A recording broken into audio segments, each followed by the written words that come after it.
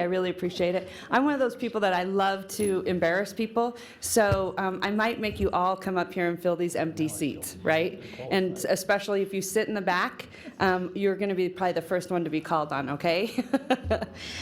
Good evening. I'm Mayor Hillary Sheevy. I want to say thank you so much for being here tonight.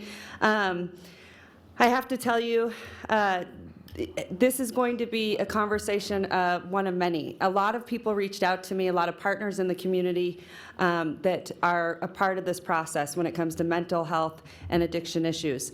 And unfortunately, we only have so much time, so we couldn't fit everyone in, but it's really important that if you're here with us tonight, make sure before you leave that you sign your name.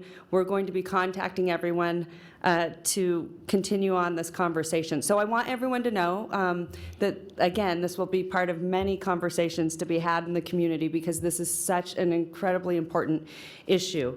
I will tell you, for me, this is a passion that I've had for a very long time before I became mayor. My first experience with mental health and addiction issues, I can remember I was about 7 years old, and my grandmother would call my mother, and she would be screaming into the phone, and I could remember my mother just being, so panicked, and I could hear her saying, I want to commit suicide, I want to commit suicide, and she'd tell my mother this. And I remember when the phone would ring and my mom would answer it, my heart would just sink. And it was so hard to hear my grandmother, acting really erratically. And this went on for years, I'd say till I was about 11 or 12. And then one morning, my mother answered the phone. It was my grandmother, and she said, I'm going to kill myself. I'm going to kill myself. And she kept saying this. And my mom was so sort of exhausted from this and said, fine, do it. And then about 3 days later, my grandfather called to tell my mother that she had shot herself. So for me, like I said, it's very personal, but and it's not something that I've talked about openly or in the public. But it's something that has stuck with me for a very long time. And I'm not telling you this story because I'm the only one that's gone through this. There's hundreds of thousands of people that have experienced issues with mental health and addiction. And that was part of my grandmother's issue, is that she was highly addicted to pills and had mental health issues. And back in that day, no one talked about suicide. That was a huge, huge stigma. But today, now that I'm mayor, I also get to see so many different aspects of what it's doing to a community, in our community. And I just want you to know this isn't just in Reno. We all know that. This is across the country. This is taking over the country. And the reason I know this is because I work with so many mayors from the U.S. Conference of Mayors. And this is one of the #1 topics when we're at the conference. And so we really need to come together as a community and have your voices, because here's what needs to happen. We need you at the legislature. We need you in Washington. It is really important that we all come together as a community and have our voice. And that might be a bill draft request that we need to go to the legislature. Many of you are probably familiar with that funding has been cut up to $20 million. This hurts us drastically. And so, I don't know anyone in my life that has not had a friend with addiction issues or mental illness issues. But the reason we're also here tonight is because one of the things that's happening that I've noticed as mayor, that we have an incredible community that are doing so many things in our community to make sure that we continue to stay healthy, that I can't even begin to tell you how many people are doing things in this community that you might not know about. And that's why we are here, because a lot of people, they don't know where to get help. They don't know where.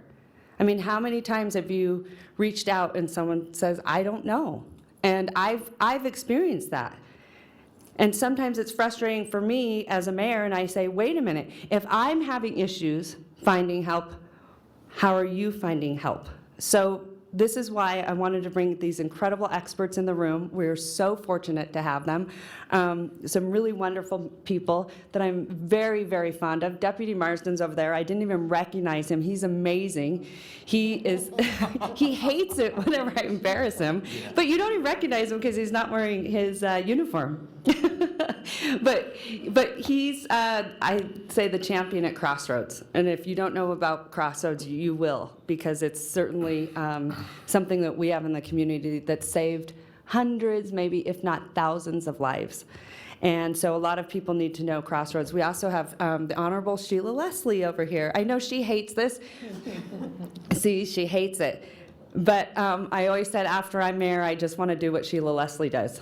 That's what I want to do, because she's amazing, and I know for her this is your big #1 passion. And I always admired her work for many, many years before I got into politics. You were the only politician I liked. How does that happen?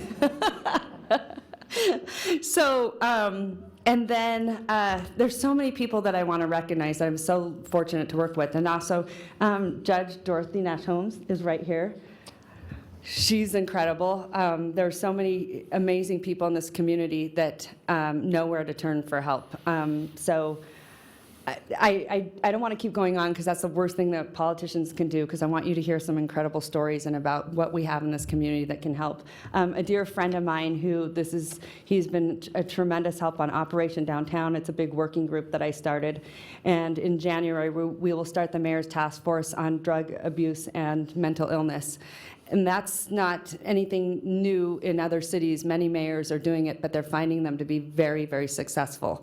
But I need all of you. I can't do it alone. We've all got to do this together, but we all have to have these voices, like I said, whether it's going to the legislature and just helping one another out in our community. It's really, really important. So I'm so grateful that you guys are here. It means the world to me. But I want to introduce you to a wonderful friend of mine. He's a big champion for Operation Downtown.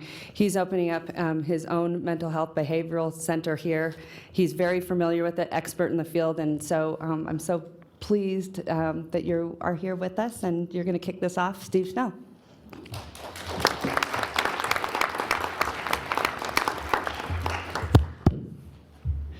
Good evening, everyone.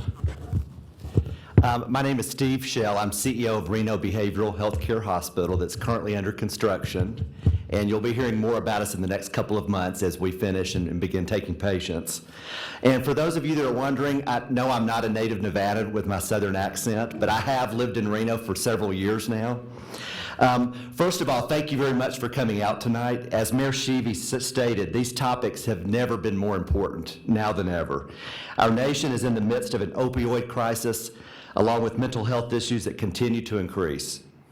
It is critical that we bring more awareness to mental health and addiction and help create a better understanding of what they mean and the resources that are available in our community. Education and awareness are powerful. We will not be able to identify or resolve all of the challenges tonight, but the more we are aware as a community, the stronger we can stand together. We have a great lineup tonight of behavioral health experts from our community as well as the state with very informative presentations.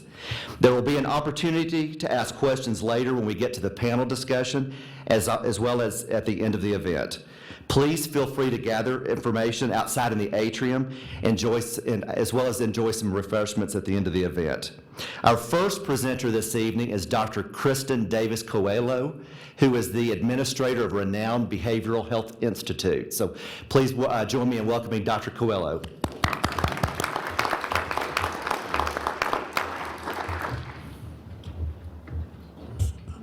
Hi. As Steve said, my name is Kristen Davis Coelho, and I'm a clinical psychologist and the administrator of the Behavioral Health and Addiction Institute for Renown.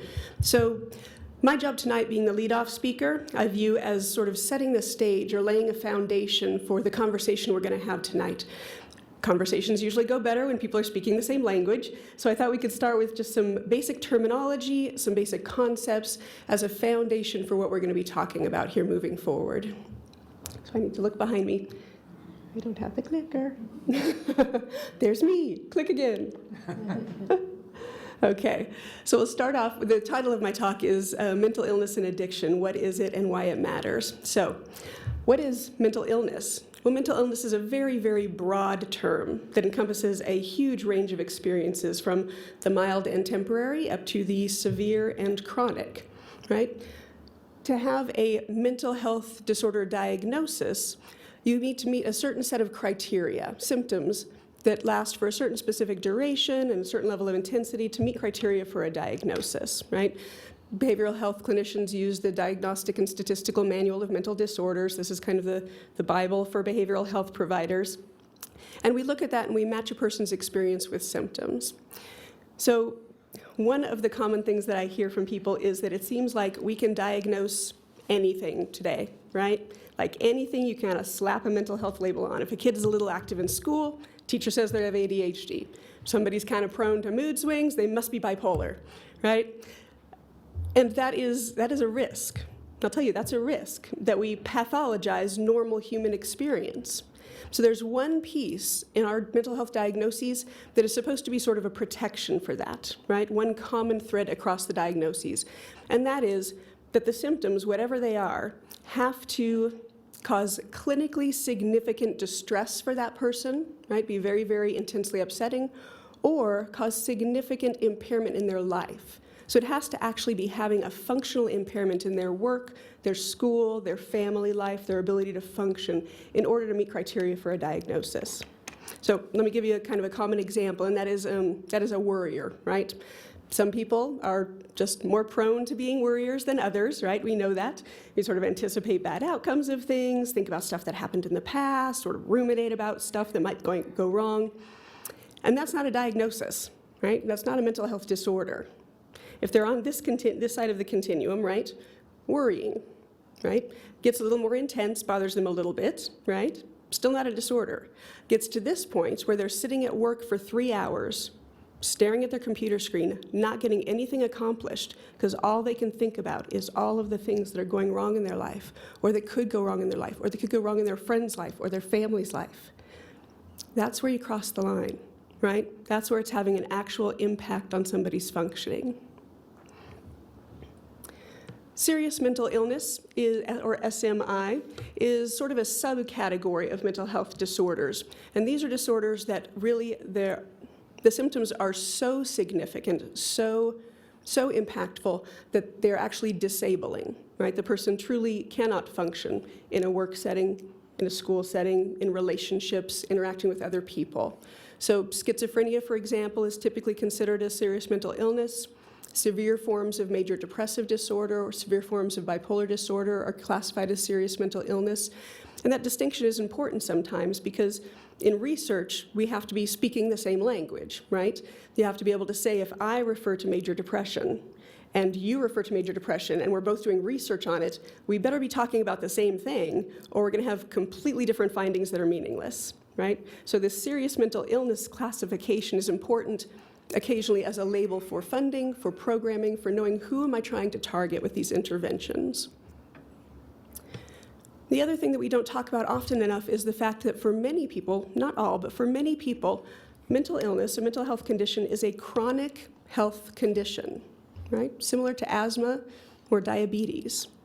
We don't tend to think of it that way, right? Right, but really that is what we're learning. That is what we know now, that it's a chronic health condition, and just like managing diabetes, it's something that you need to pay attention to, that you can improve on, right? You can have treatment, improve, function well in your life, but you need to pay attention to it.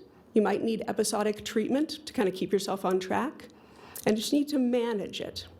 So this is a theme that we're going to be talking about hopefully a lot tonight, this kind of different conceptualization of mental illness and addiction. All right, what is it? Addiction. Well, the technical term these days is actually substance use disorder, although we still refer to addiction, alcoholism, and you'll hear me refer to those things as sort of lay terms. Substance use disorder can range from mild to moderate to severe, depending on the number of symptoms the person has and the amount of impairment they have in their life. So generally speaking, the symptoms fall into one of these broad 4 categories. But the underlying theme of all of them is that the person continues to use whatever the substance is despite significant substance-related problems in their life. That's kind of the key factor in diagnosing a substance use disorder. So the first category is impaired control. This includes things like drinking more or for a longer period of time than the person intends to, having the intention to cut back or stop and efforts to do so but still aren't able to. Second category, social impairment. This says that the person knows that the use or the drinking is having a significant effect on their life, right? On their relationships, on their work, on their schooling, and yet, again, they can't stop doing it. Risky use, you're kind of hearing a theme here. The person knows, right? They're aware that their use or their drinking is putting them at risk. Maybe they've already gotten a DUI, but they can't seem to stop drinking and driving, right? Or they have a health condition that they know using a particular drug is going to make it a lot worse and maybe even kill them, and they still can't stop. They know the risks, and yet the use continues. Tolerance and withdrawal are physiological symptoms, right? And this just refers to the response of the body in stopping a substance that the body has gotten used to getting.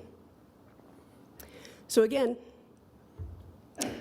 we know now that addiction, that substance use disorders, are a disease of the brain, right? The disease model of addiction came out 60 years ago, right?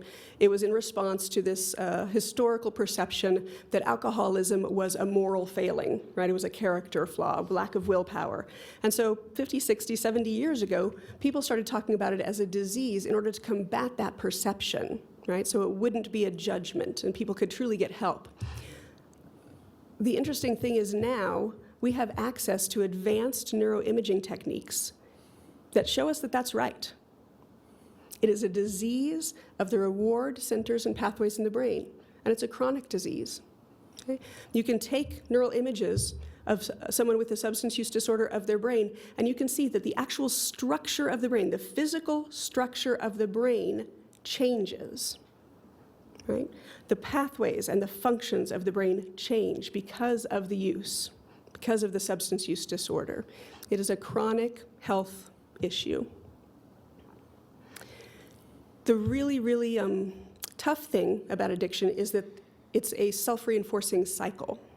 Okay? So what I mean by that is someone perhaps comes into the world with a vulnerability to developing a substance use disorder, right? Perhaps it's a genetic vulnerability. Maybe they've had an early history of trauma that sets them at risk for developing this, right? And so they start drinking or start using something, just like maybe their same age peers do, no problem. But this person, because of that vulnerability, it develops into a disorder.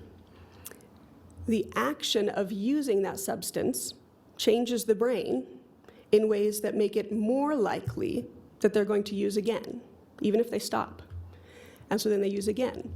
And the action of using again changes the brain in ways that make it more likely that they're going to use again. So each time they use, the likelihood of them being able to stop goes down.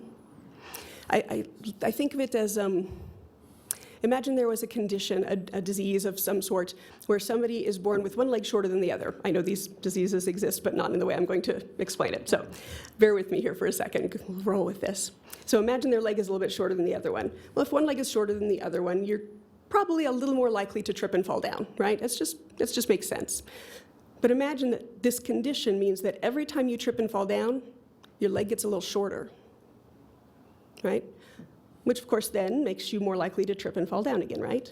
And every time you do, your leg gets shorter, and you're more likely to trip and fall down, and your leg gets shorter.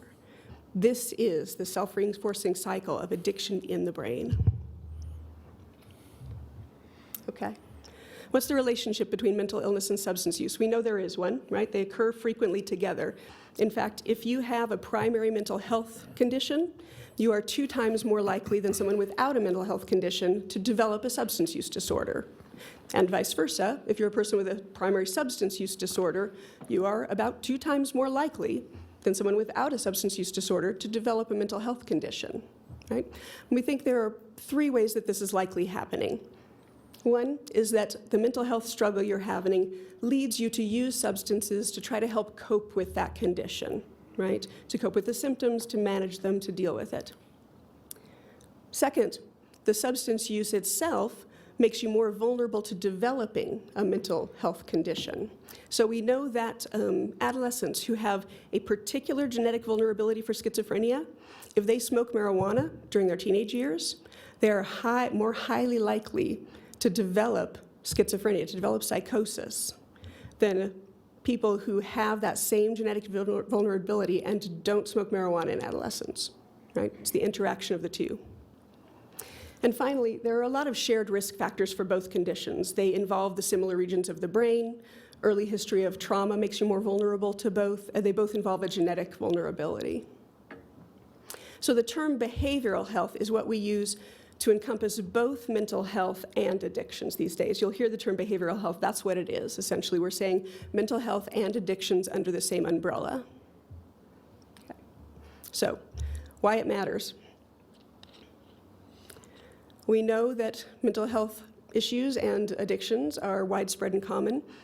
Any given year, a quarter of the population will meet criteria for either a mental health diagnosis or a substance use disorder, a quarter. It's actually a little more than that, okay? So it's widespread. I mean, look around the room, every fourth person, right? And I honestly, I struggled with what to include in this section about the impact, right? We know that there's unbelievable impacts on individuals, on families, on communities. We hear it in the news all the time, right? I mean, really, I could stand up here and go through reams and reams and reams of paper about the effect of suicide, overdose, victimization, homelessness, poverty. I mean, it just sort of goes on and on and on, right?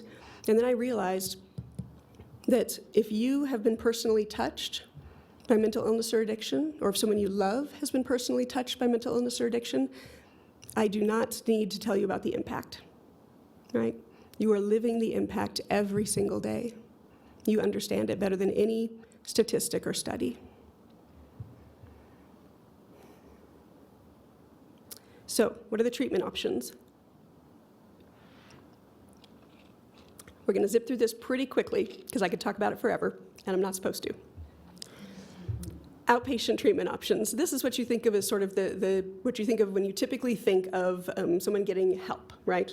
This includes psychotherapy, counseling, talking to a professional, medication management with a psychiatrist or a psychiatric practitioner of some sort. It also can include alternative and emerging treatments. So alternative treatments include holistic approaches, acupuncture, herbals, dietary approaches. And emerging treatments are what we think of as things that maybe have a little bit of research behind them at this point, or are starting to, or someone has a really good theory about why this might help, but the body of research isn't really there yet for it to be a common treatment practice.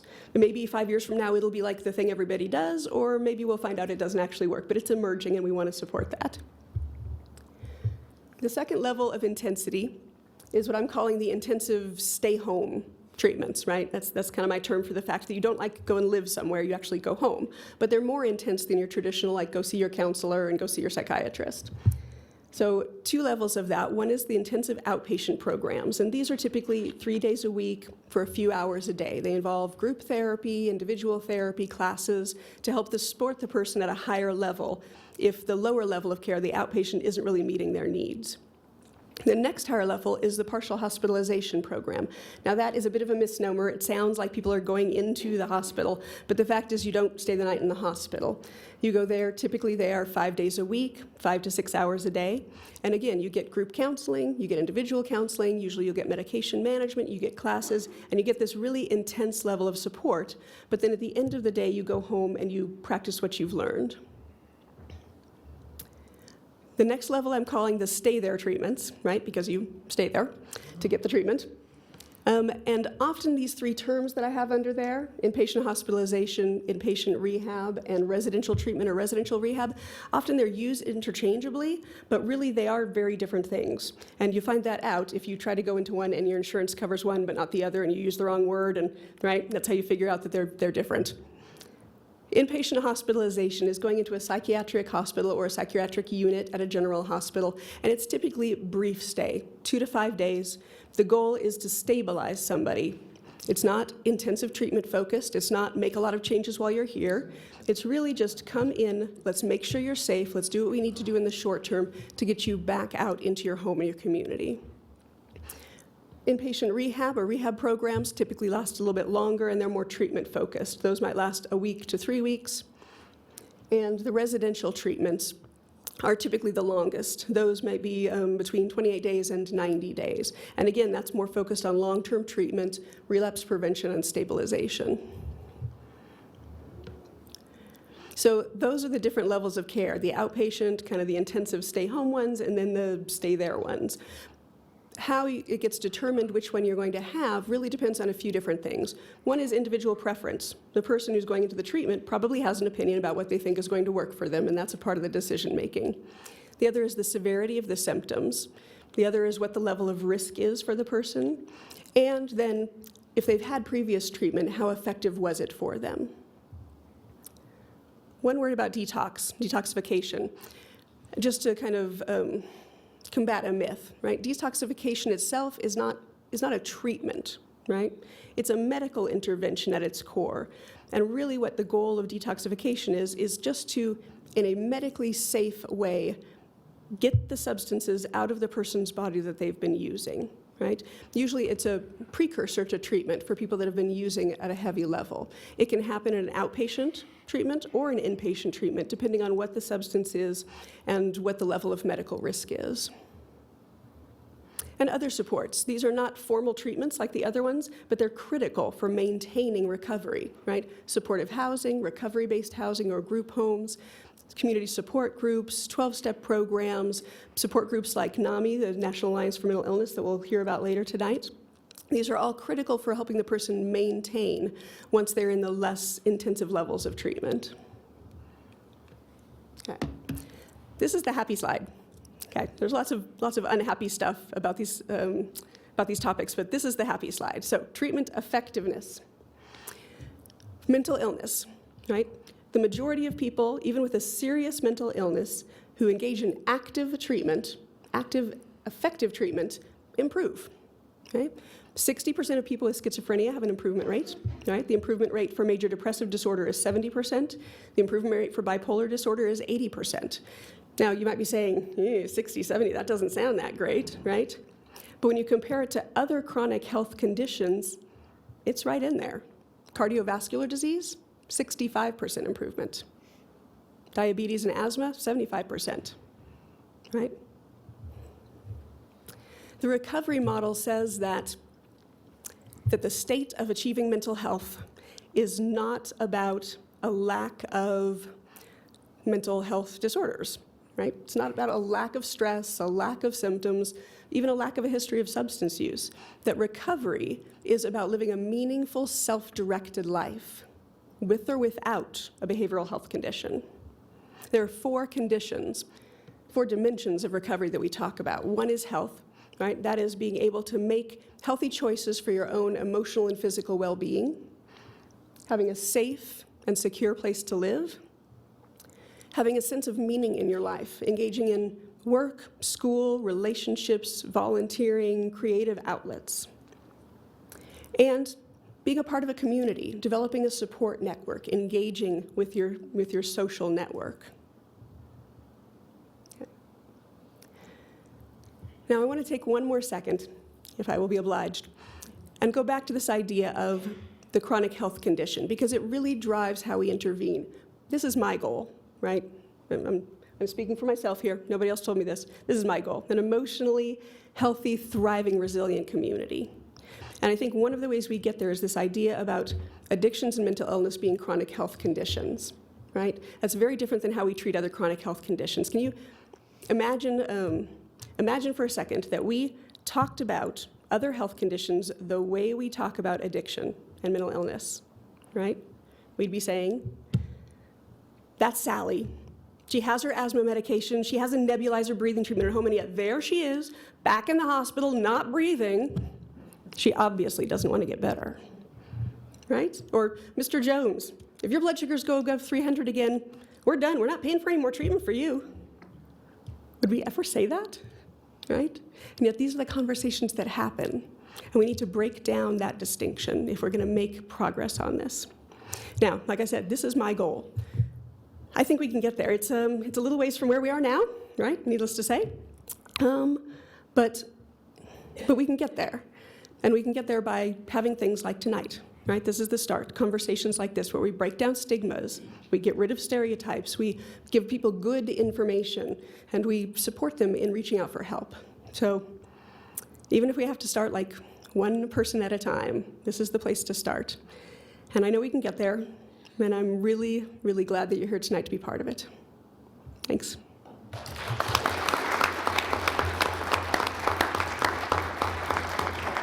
Thank you very much, Dr. Coelho. Next on our agenda is Amy Rookie, who is with the state of Nevada and serves as the administrator of the Division of Public and Behavioral Health.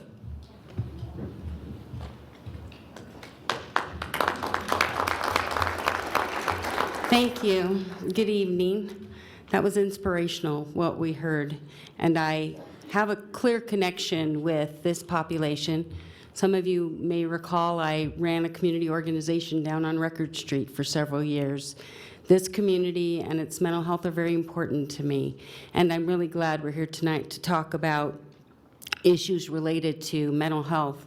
My focus is going to be slightly different. I want to talk today about the state of mental health and why the bureaucracy that is the state agency does or does not provide the resources that everybody believes should be available to the community. Do you want me just to use the clicker? Whatever you want to do. I don't know where it is. It's right here. I'm going to see if I can do this. Oh, look at that. Okay, so it's a little difficult to actually see, but organizationally, what's important to understand, and most people, they think of the state agencies as this big dark cloud, and I understand why. We're part of the Department of Health and Human Services, and under the Department of Human Health Services, my division is Division of Public and Behavioral Health. In addition to that, there's Aging and Disability Services that does different things, as well as the Division of Healthcare Financing and Policy, which is a fancy name for Medicaid. Our Welfare and Supportive Services is another division that does eligibility and SNAP benefits and helps with eligibility for Medicaid. And the Division of Child and Family Services, and you'll hear from Kelly Woldridge after me. She's the administrator of that division. My division is comprised of 4 main areas. One of them is clinical services, and that was the position of deputy administrator I formerly had before I was moved into the administrator role. So again, mental health is important. Beyond that, we do regulatory and planning services. We do communicable and chronic disease management. We have a lot of responsibilities across the state that are public health related to maintain a safe environment in the state for a lot of things that we do that are health related.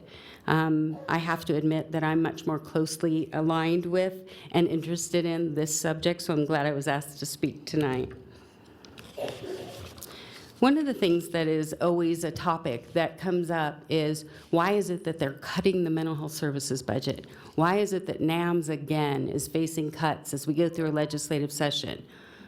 I ask the same question, but if you look at this slide, what is important to note is our division, which has about $400 million in federal funds, general funds, fees, and other small things like third-party payments from Medicaid and cost allocation, those kinds of things. That big yellow box in the middle of that screen shows that in general fund, which are the first 2 bars, what you see there is the blue is this current fiscal year, and the gold is next current fiscal year. That yellow line that's in the middle of that box represents the general fund that the behavioral health, the mental health budgets get to run the hospitals. That is why the legislature spends so much time talking to us about our budgets. That's the piece of our budgets that they really have the most control over. And unfortunately, that means that when they need to move money to Department of Public Safety, to education in our schools, to the prisons. They have only so much general fund to go around. And so when they look at places to cut, they have to look at the general funded agencies. Do I wish that we had an endless supply of funding that would help us with the behavioral health and mental health issues? Absolutely. Unfortunately, that's not the way it works.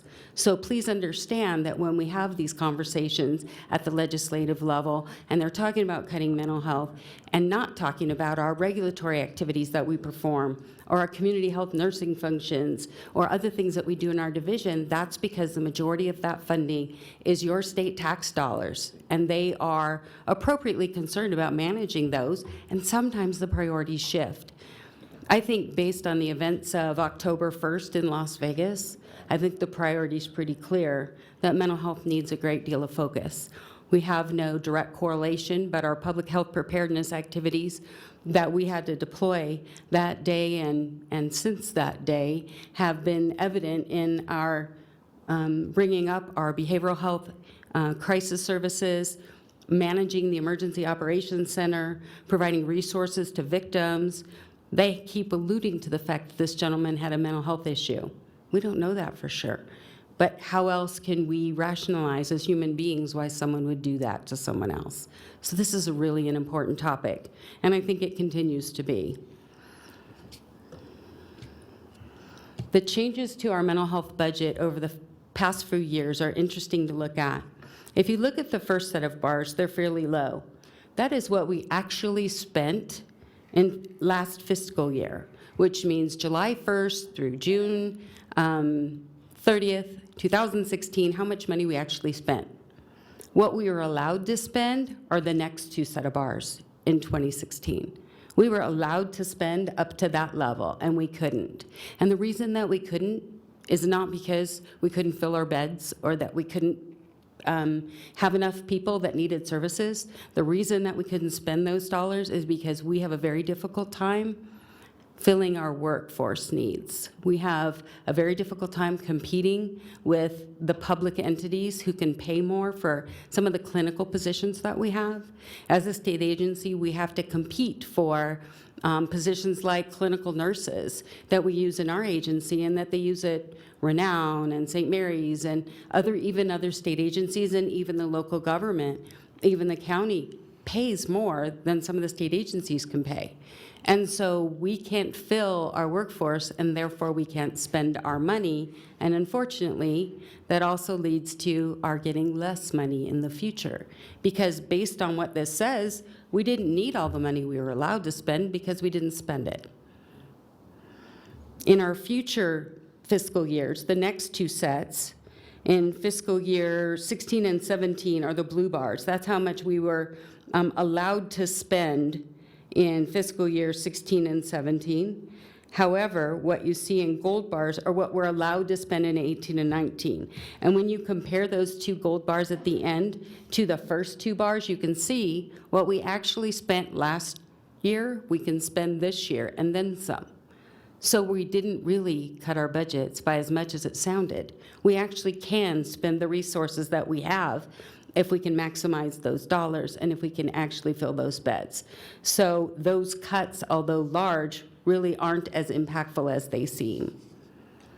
One of the ways that we're trying to modify our system and provide different access points is through the new delivery system that we are one of 7 states that gets to pilot, called the Certified Community Behavioral Health Centers. That's a completely new concept. In essence, it's taking the behavioral health activities for substance use disorder and mental health patients and combining them with federally qualified health center activities or primary care. Those two activities combined together make these new certified community behavioral health centers. We have 5 of them in our states. 1 of them is in Reno. We've got 1 in Fallon, 1 in Elko, and 2 in Las Vegas. Those are pilot projects. They're being watched really closely. They are paid for by our Center for Medicaid and Medicare Services, which is great. We're hoping to be able to set more of those up moving forward. And hopefully places like Northern Nevada Hopes can become one of those in the future, and they get more funding coming to them. They get an enriched rate of reimbursement, and they have required services. Those services are much like the services that people need for behavioral health, and include crisis services, outpatient behavioral health services, primary care screening, monitoring of key health indicators and risk, targeted case management, peer services, and psychiatric rehabilitation services. So that concept, which those of you who've worked in the field or know much about this, would go back to the idea of a health home. We all go to our doctors, our primary care doctors, when we have a sore throat, or when we have a headache that won't go away, or we stepped on a nail. So we go see that doctor for our medical needs. And never in that conversation do we really have any point in time to say, how are things? How are you feeling? How are you sleeping? How are you eating? Anything bothering you? Generally, what we see in primary care offices is, you're in, why are you here? Let's do some vitals, nice to see you, and you're out the door. This concept forces the hand of the primary care and the behavioral health services together so that in that one visit, we can identify the risks, and we can make sure that person who maybe stepped on a nail also gets care for in another environment, that mental health issue, that substance use issue. Wow, it looks like you lost a lot of weight and you don't look like you've been sleeping. What's going on? Well, that's not why they came, but boy, that's something we need to talk about. If you have a good doctor, they're doing that, but they don't do it regularly. This forces that change in the way we provide services. That's in addition to services that were previously provided. And we hope after the 2-year pilot that we can grow more of these. We're trying to set more of them up moving forward. In addition to that, the change in the environment has been the addition, thanks to our governor, of adding the expansion population in 2014. That means single adults who are at a poverty level between the ages of 18 and 64 are now eligible for Medicaid. That's great. You know how difficult it was to be a provider out there in the community and say, sorry, I know you have a mental health issue. You've not been defined as disabled, because that's a difficult process. However, we're going to say you need health, but the only kind of mental health care we can give you is over at NAMS, and the waiting list is 6 weeks. That's the way it was. We now have managed care, and we now have a payer for those folks, which is wonderful.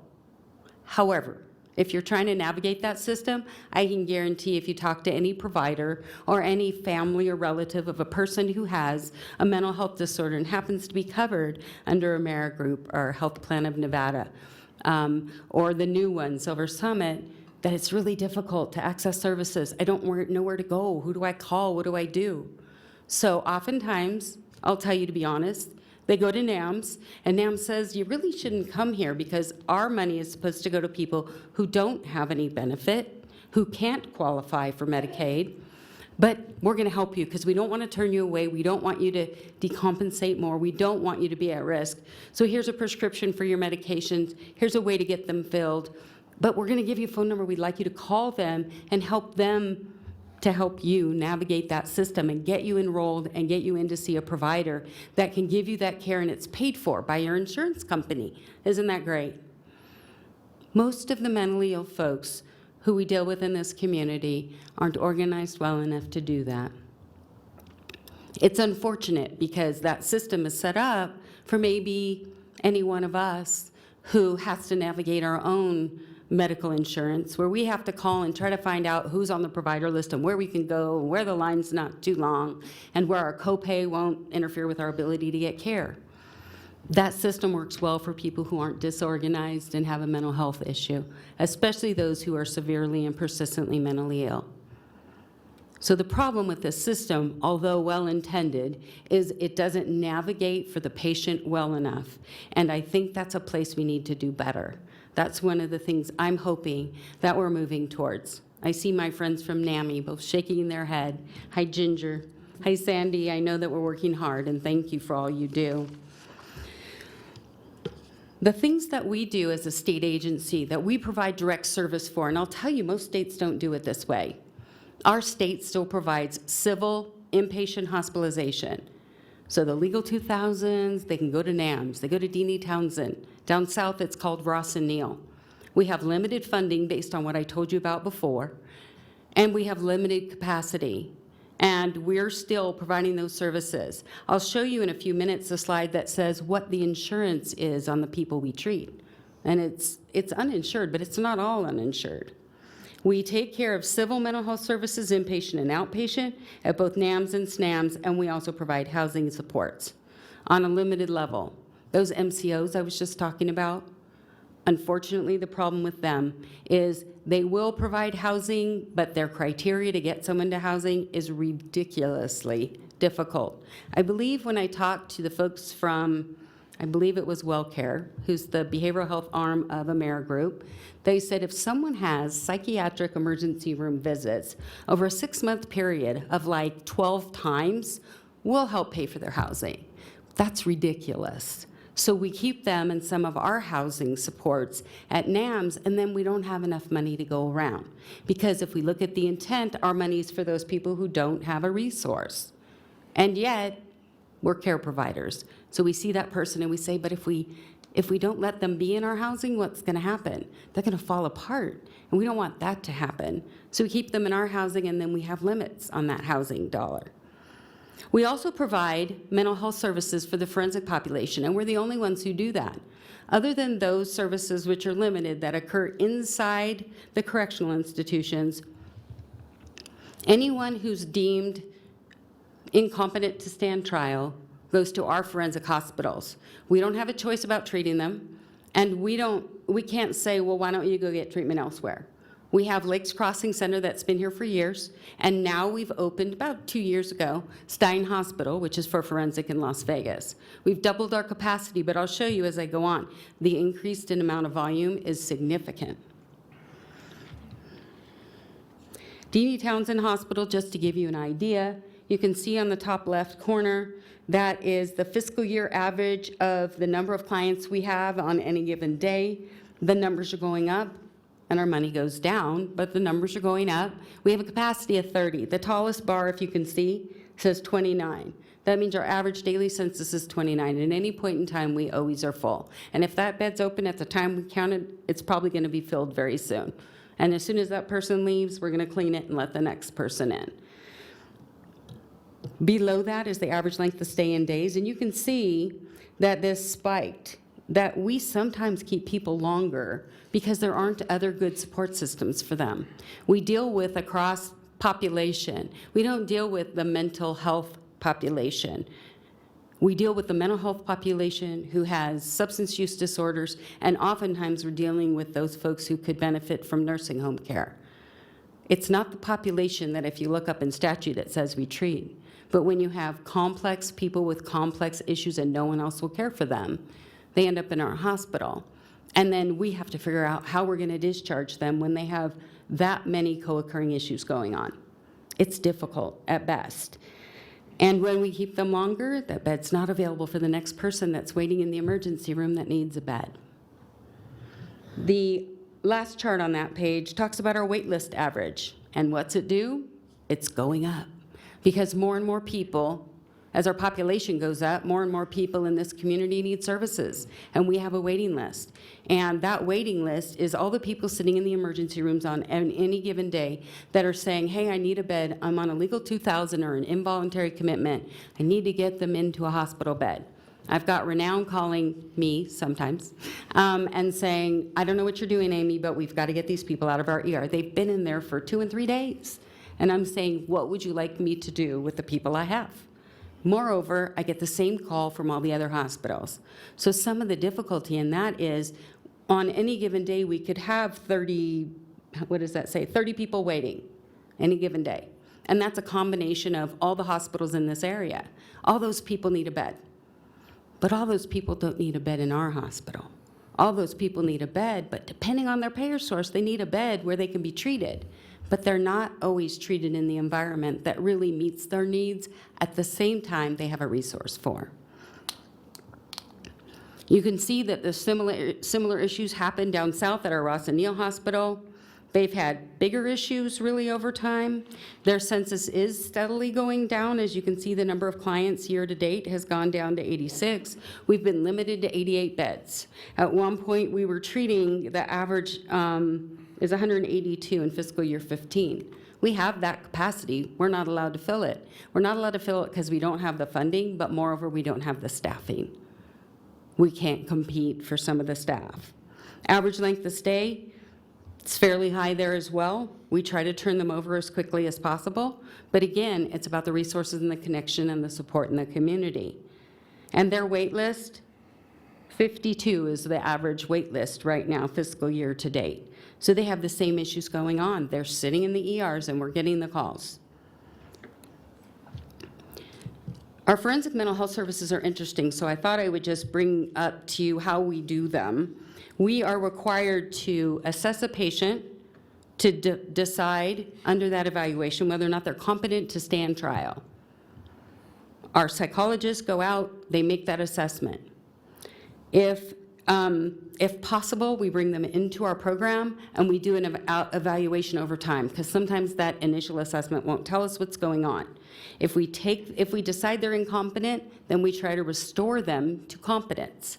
We spend time with them, days, weeks, months, providing them medication, a stable supportive environment, and hopefully they'll become competent to stand trial, and then they go back to jail, which doesn't always happen that way, but it does. And then we also have the long-term clients, and those are folks who stay with us forever. We have to renew that certification over time, but we have some who are not ever going to be competent to stand trial, and their crime is too serious to allow them released back into the community and let the community be safe. So they have to be maintained in our hospital. There are no other organizations to treat these folks, and under statute, we are required to take them. Quickly, the forensic mental health evaluation length of stay, see that crazy line? Those evaluations can take as many, the high point is 183 days. That's an evaluation only. And we're doing them now in both ends of the state. Our forensic mental health evaluations, as you can see, are climbing and climbing and climbing, because no one else can treat this population but us. And now that we have 2 hospitals, it seems like we just get more and more referrals, because the alternative to our treatment is keeping them in jail, and unfortunately, the jails are keeping way too many mentally ill people locked in their buildings, and they shouldn't be. The statewide forensic restoration clientele, you can see the length of stay there is all over the place. Restoration can take very long if they're restored at all. And that means they're responding well to medication, the therapeutic interventions are working, and we seem to be able to restore them to competence to send them back to jail. There's something about that that doesn't feel really good, but we have to send them back to jail because they're still standing trial. And statewide, the forensic restoration numbers, as you can see, just continue to climb.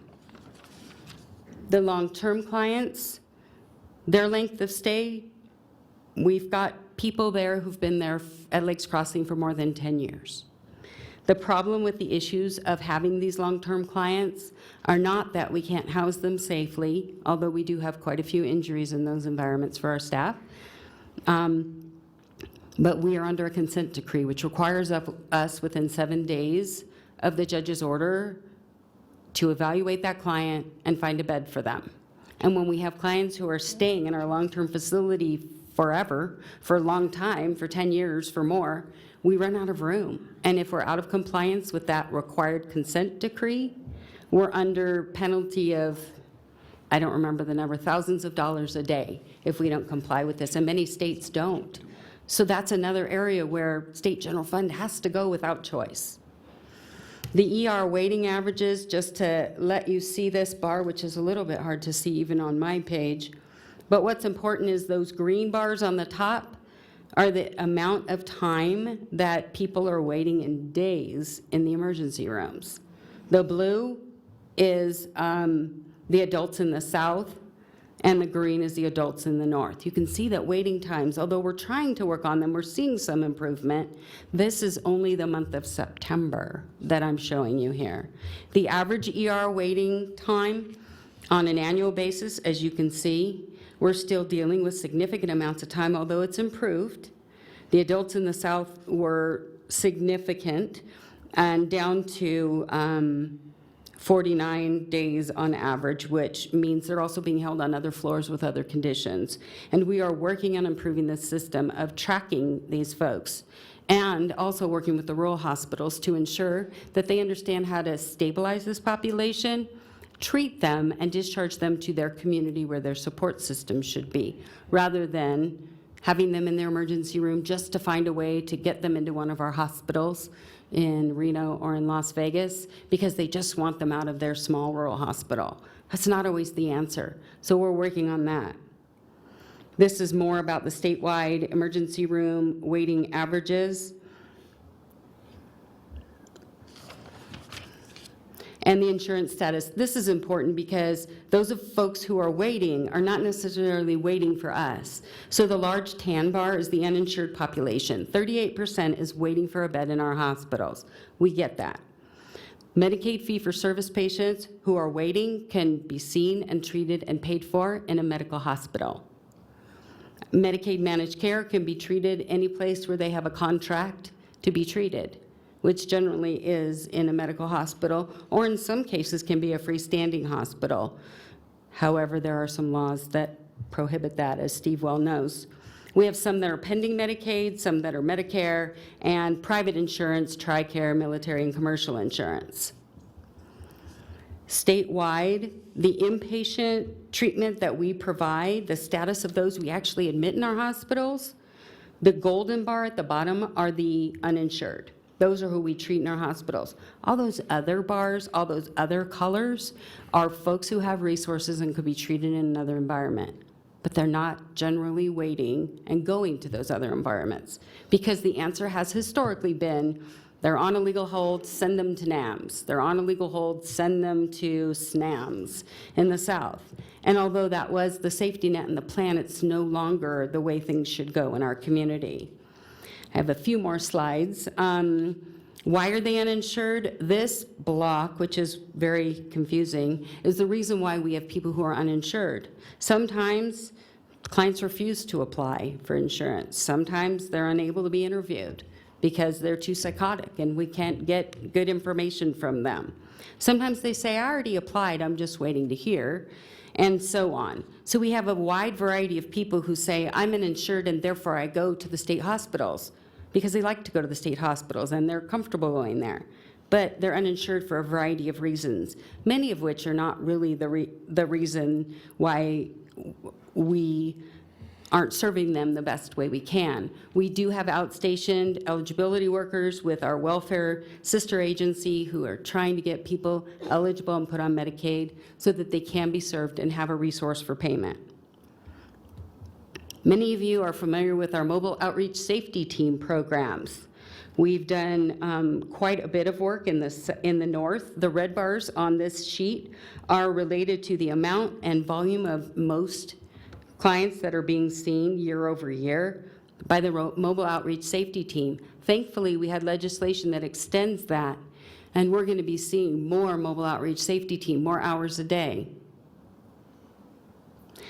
And in the South, we actually haven't been currently providing that service because it wasn't being managed to the extent that it needed to be. And we're actually trying something different and working through Las Vegas Fire and EMS to provide mobile outreach safety teams. And that will be starting hopefully before the end of the calendar year.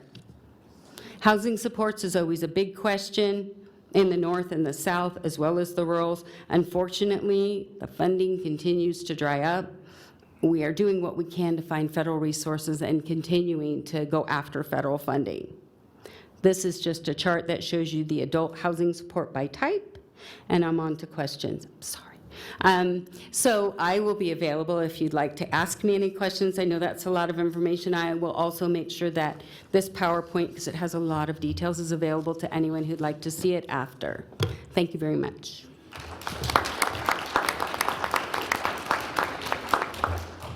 Amy, thank you for giving us that perspective from the state. Thank you. Next, we have Kelly Wooldridge, who is the administrator of the Division of Child and Family Services, and she's going to give us some brief statistics on where we stand as a state regarding kids. Good evening. So I will try to click and talk at the same time, so hopefully I'll be able to do that. As Steve mentioned, I am Kelly Wooldridge, and I have the pleasure of serving as the administrator for the Division of Child and Family Services. And the data that I'm going to present to you tonight is from the Behavioral Risk Factor Surveillance Survey, and it's from the Center for Health Information Analysis, the Nevada Department of Vital Statistics, and the Youth Risk Behavior Surveillance Survey. I know that's a mouthful. I do want to just give a little bit of a warning about some of what I'm going to present tonight. It's some suicide statistics for youth in Nevada, and I know, excuse me, that some people might struggle with that, so feel free to get up and leave. So moving on. Ooh, I did it. DCFS, the Division of Child and Family Services, who are we and what do we do? We have what I like to call, we do child welfare services, and we have what I like to call collaborative policy making and oversight with our two big counties, Clark County Child Welfare Services and then Washoe County Human Services Agency provides child welfare and child protection services, and we do oversight and policy making for that. We also do direct child welfare services and child protection services in the rest of the state and all of the rural counties.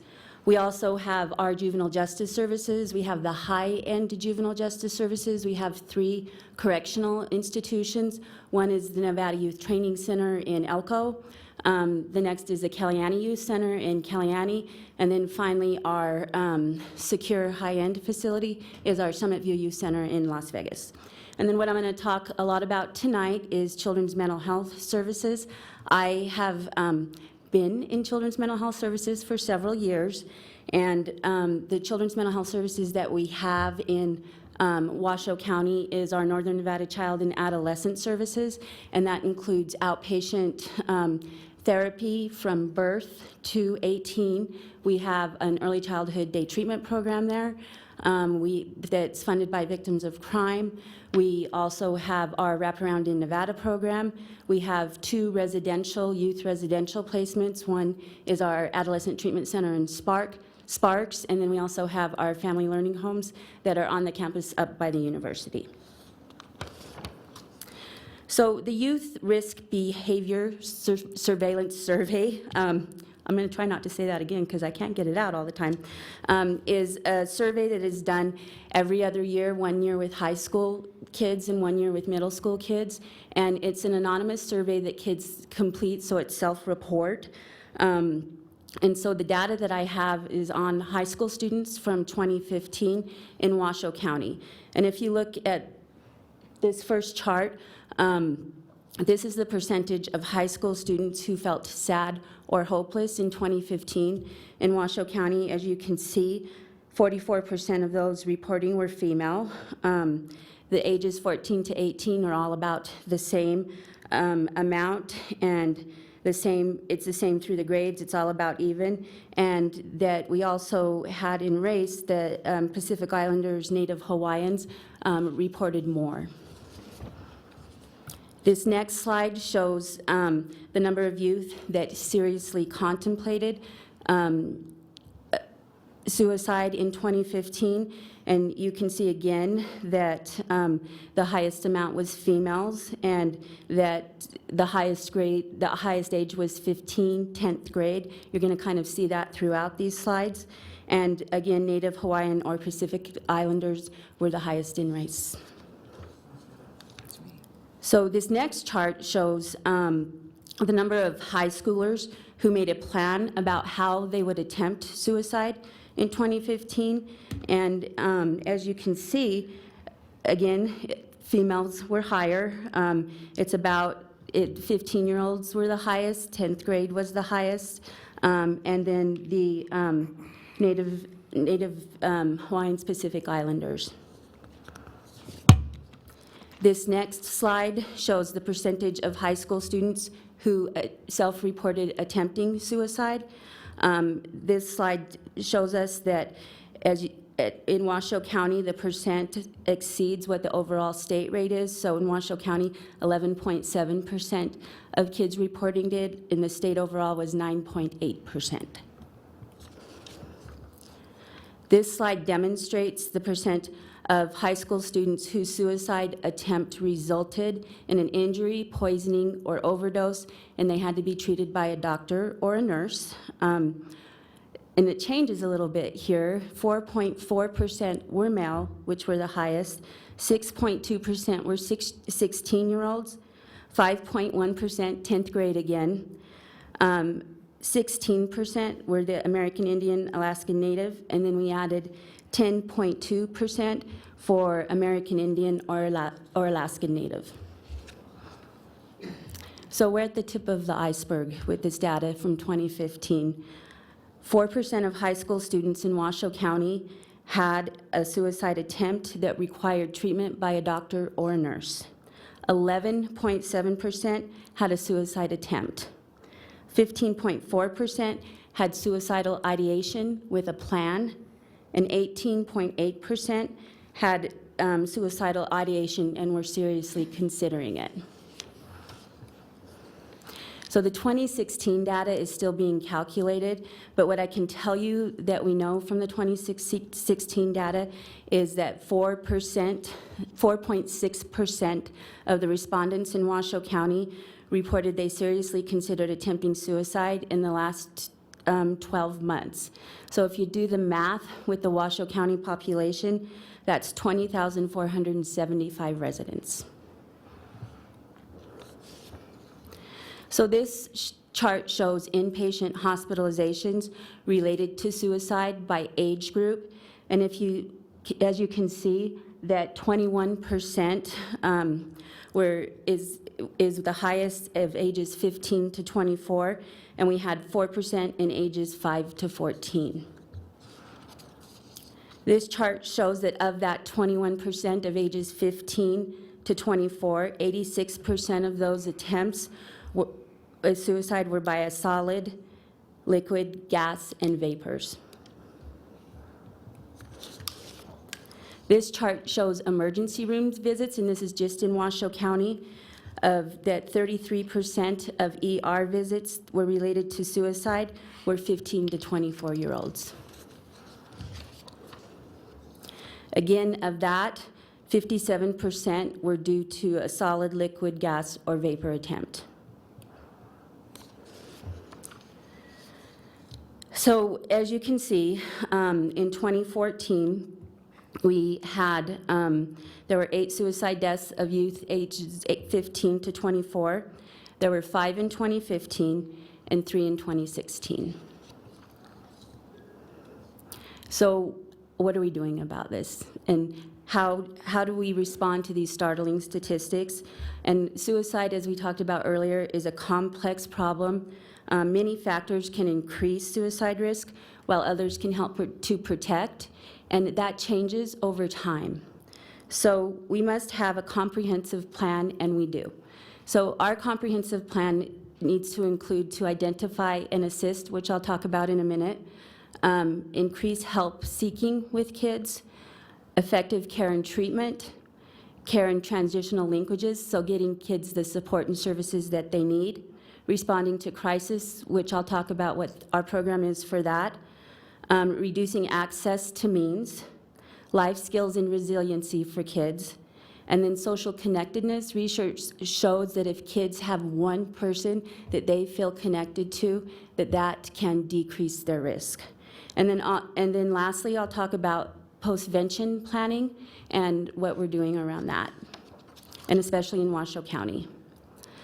So prevention efforts in Washoe County center around the Washoe County School District in partnership with the Children's Cabinet and us, DCFS, provide the signs of suicide screening and program to all middle school youth. and then also to high schools requesting it. I believe just about every high school in town at some point or the other has had some of their students screened. And that's with parental permission, by the way. So a permission slip goes home. So the SOS Signs of Suicide Prevention Program is what we call an evidence-based program, which means it has shown that it's been heavily researched and shown that it's effective. And there's 4 goals in this program that include to, 1, increased student knowledge about depression and suicide, 2, encourage, it teaches kids to encourage how to seek help and how to help their peers. It reduces the stigma about depression and mental health. It engages parents and school staff, and it develops partnerships with schools and behavioral health providers. So when the SOS screening is done in a school, there's different levels of response, and there's 3 levels of response in their colors, and I get them confused all the time, so I'm just gonna do low, moderate, high. So the lowest level is no need for intervention after the screening. The moderate level is that there may be a need for intervention, and the youth speaks to a therapist or a mental health counselor that day, and that therapist also contacts parents or legal guardians. And then the highest level of intervention means we need to respond right now, and our mobile crisis response team is contacted for immediate intervention. So I'm going to tell you a little bit about our mobile crisis response team. In Washoe County, we have 3 ways of responding with our mobile crisis. The first is telephone triage. Anybody can call our mobile crisis program.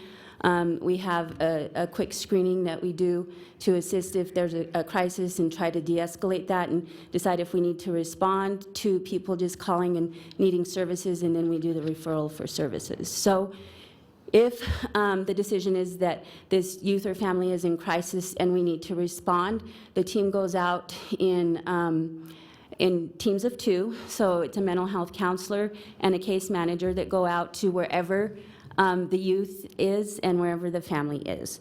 And so what they do is an initial assessment. We call it, it's also an evidence-based tool. It's called the CAT. It's a crisis assessment tool.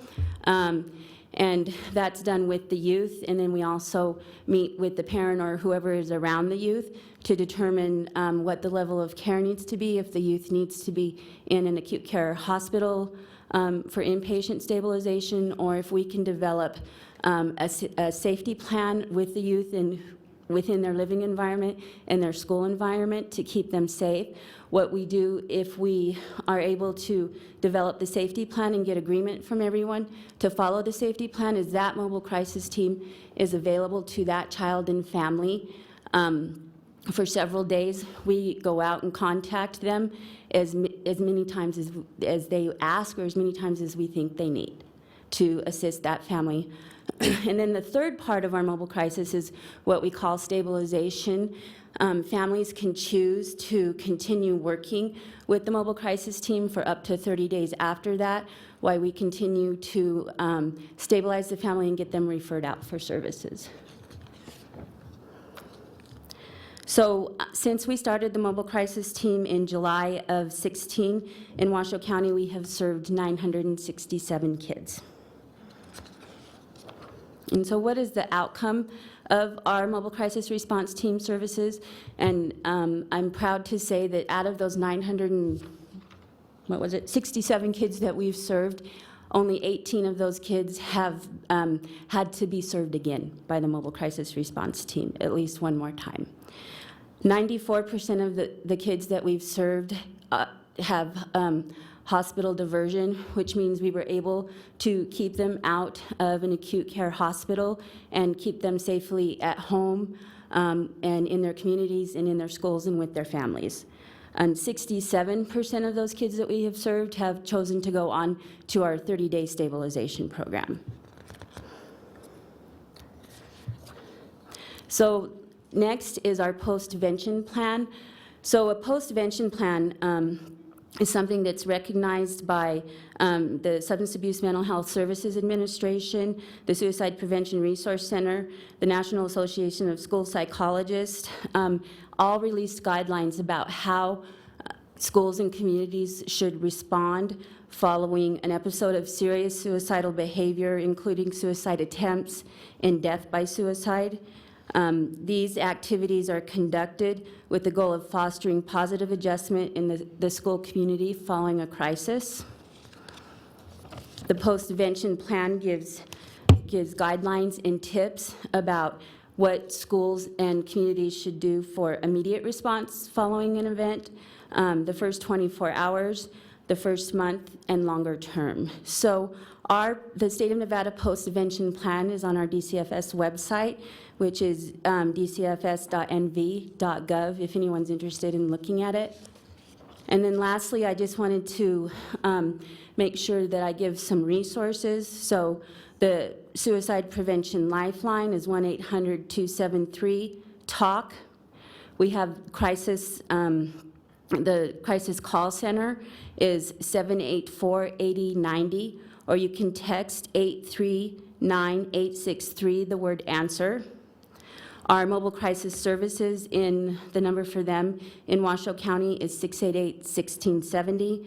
And then the children's cabinet is 856-6200. And then I just noticed what I did not put on here is our Northern Nevada Child and Adolescent Services, and the number for that is 688-1600. So thank you for your time tonight.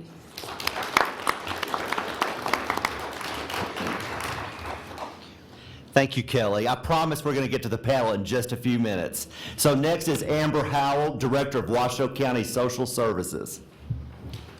How many of you came here tonight to find out resources? She is going to tell you that. Where's the clicker? Okay, good. Hi, I'm Amber Howell. I'm the Director of the Human Services Agency in Washoe County. And we're going to talk about some exciting things happening in Washoe around addiction specifically and substance abuse treatment. For those of you who don't know, just a little bit of housekeeping is we're now the Human Services Agency. We're no longer social services, so if you hear human services, that's still us. I'm going to go into a slide that talks about our child welfare removals, just because I think it's important for this discussion. So you'll see our child welfare removals in Washoe County. I just want to highlight that 31% of our removals are due to drug addiction, and 60% are due to neglect, a majority of those who have mental health issues. So it's a very pervasive issue amongst our child welfare families. On slide 14, I want to talk a little bit about our Crossroads program for those of you who don't know. Adult services used to be something that people would come in, they'd get their check for the month, and then they would go out and spend it on whatever they wanted. And we realized that that wasn't probably the best thing to do, right? Because we know that free money isn't always good money, and we don't get good outcomes with that. So what we did is we reinvested those dollars and opened a Crossroads program. Crossroads is a housing first program. It is not a substance abuse treatment facility. It's to put people in homes, because we know that shelter is the most important thing to have first, right? You need to have a roof over your head and you need to have food. And then you can get down to business and figure out how you're going to battle your drug addiction and mental health issues. So we started with one home in Washoe County on Gould Street, and it was a collaboration with Catholic Charities, the Sheriff's Office in Washoe County, and we started that program. And this is all of the impacts that we're seeing amongst clients within the community. Any of you who know the story of $1 Million Murray, you know it took $1 million to continue to respond to him. So it cost the community a significant amount of money each year to do nothing, really, except for respond. So we decided to change it up in Washoe County, and we've had some huge success with that. On slide 17, you can just see the average costs that it's costing for a client to not get into treatment and not get the help that they need. Couple of things I'll just highlight is $180 in jail bookings, $150 to $500 per day that it costs a person within the community to respond. And for Crossroads, it's only $25 a day. So it's not only a better way to intervene, it's also cheaper. So we love that. Here's our clients so far. We've had a total of 172 beds currently. We've served over 821 clients in our Crossroads program. We're very proud of that. There is mental health, addiction treatment, a mix of clients of males and females in our programs. And so far, we continue to have beds full every day, changing lives for people in Washoe County. This is just our on-campus slide, talks about males and females. As you can see, males are served at a much higher rate than females. That just has to do with bed capacity, not because we like one more than the other. This is our drug testing and alcohol results. As you can see, for both, we have had a 99% success rate for alcohol, drug testing, so significant, phenomenal results, which we'd love to see. This is what all of our houses are for Crossroads that we have up there. The Lewis Street property is going to be permanent housing because that's a significant gap for us right now is what do we do, what's life after Crossroads and where do people go? And they need affordable housing, so we want to fill in that gap. And then we want to look at family housing as well and how we integrate child welfare families into the Crossroads model because we've seen such great success and we know that our removals are really high due to drug addiction, so we should merge those two together. Bed availability, just so you can see, we have a total of 177 beds so far, and we'd love to double and triple that because it's working so well and we're really excited about it. And we would like to obviously continue to increase our housing options. This is our process for Crossroads. I won't go into it, but there's 5 phases. Phase 5 is where we're not at yet, because that's the permanent housing component, and that's where we're really struggling is getting them into permanent housing. Our Learn to Earn program is something we started. This is an educational job employment training program. So you can see we're really excited about the number of people that have been employed. So that's the really, really tall number. So we like to see that because not only were they the most chronic serial inebriate clients in the population, they are now employed and sober and doing really well. And so we love to see the give back that they're giving to the community. Sober 24 is another program I'll highlight on really quick. Sober 24 is a centralized drug testing center, and we did this because every agency was paying for drug tests with different contractors, and it's really expensive. So we centralized all of those, but we also realized that we have such a significant gap with our Crossroads wait list and getting into the program that some people need something now. Right? They don't need a bed in 30 days, they need a bed now or support now. And so what they do is they can go pre-trial or post-conviction. They go into Sober 24, they breathalyze a couple times a day, they do their drug testing, and they get supportive services as well. So it's life after Crossroads or before when they can't get in, or just ongoing support for them because people need ongoing support. I won't get into this slide, but just more demographics about 52% of them had been in a drug and alcohol program before with no success or little success and had a relapse. Drug testing, again, just like our Crossroads program, phenomenal results. We're at 95% positive or negative test results, so the program is working very well. And I'm almost done. So really, just to summarize, what Washoe County is working on is we know that Crossroads is working and Sober 24 is working, and we believe in second chances.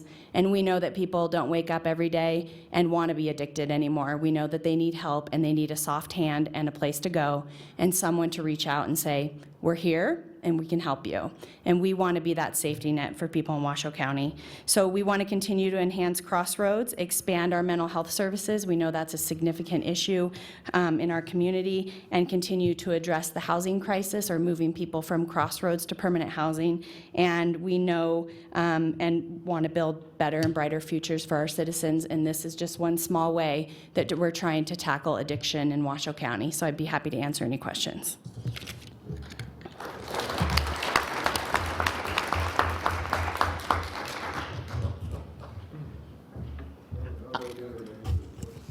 We're going to have a question period in just a few minutes when we start the panel discussion, if you could just hold your question. Next, for a couple of minutes, we have Rick Portzik. He's president of NAMI Nevada, who's going to talk about some really great resources. So welcome, Rick.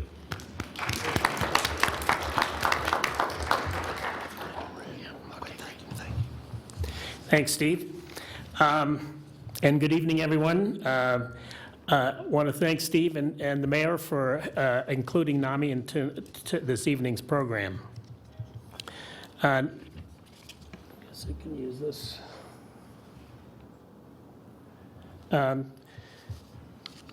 NAMI is the National Alliance on Mental Illness, and it's the nation's largest grassroots mental health organization dedicated to building better lives for the millions of Americans that are affected by mental illness.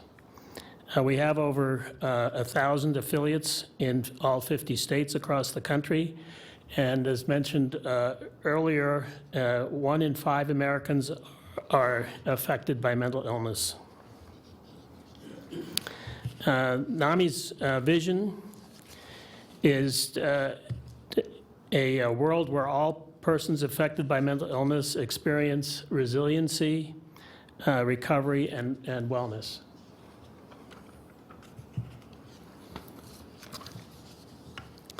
Our collective beliefs are that mental illnesses are illnesses like any other, as mentioned earlier in several of the presentations this evening.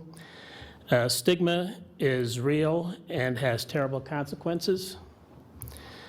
Both the individual and the family are essential to the recovery process. That's one of the things that distinguishes NAMI from a lot of other support groups. Studies show that education and support for families and people with mental illness makes a substantial difference in outcomes, recovery, and resilience. NAMI programs clearly transform lives. With appropriate treatment and services, people can and do recover from mental illness. This is an abbreviated organization chart of NAMI. NAMI National is the umbrella organization that functions like a corporate center. NAMI is responsible for development of standards of performance and certifying at all NAMI state organizations and NAMI affiliates across the country. All branding and identity policies, the development of all curricula for our signature education programs, and processes and procedures for our support groups. The national organization also certifies all of our trainers and facilitators of all of our signature programs. And NAMI National also develops and promotes and advocates for public policy priorities that are determined by the NAMI National Board of Directors. The NAMI Nevada is our state organization and is responsible for basically providing infrastructure by and adhering to standards of performance that are set by the national organization. The state organization also provides training and certification of teachers of classes and facilitators for our support groups. And the representation of NAMI public policies at the state level is also handled by the state organization. And lastly, the state organization also has a state conference that is, we had one recently, earlier this year in Reno, and next spring it'll be in Las Vegas. So we alternate between the north and the south.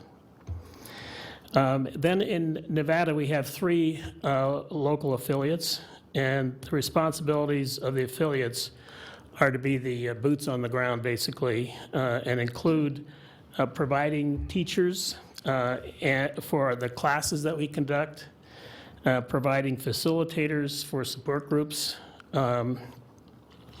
Also, we recruit new members primarily through our classes and support groups. We partner with community organizations to support those affected by mental illness and their families.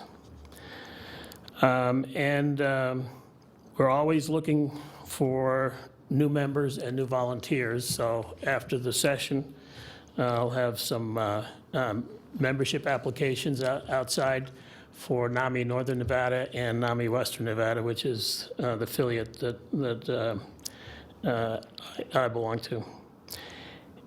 Some NAMI statistics, Nevada statistics. According to the 2015 National or Mental Health America report, Nevada ranks 51st of all states in the mental health funding and access to care. Untreated mental illness has a deadly and costly consequences. Nevada's public mental health services are inadequate to meet the needs of our citizens, as we've heard in several of the presentations. We have long waits for evaluations and even longer to get mental health appointments. Our criminal justice system bears the brunt of the burden when it comes to housing and treating the mentally ill. Tragically, jails and prisons have become the fallback mental health hospitals, not only in our state, but the entire country. Although I do have some good news in this regard. We're 51st in this survey. I'm happy to report that Nevada is one of 2 states now that offer NAMI Connections support groups in the prison system. We recently trained 11 inmates at the Northern Nevada Correctional Center in Carson City, and now there are 3 support groups that are meeting on a regular basis in that prison to help other inmates cope with their mental illnesses.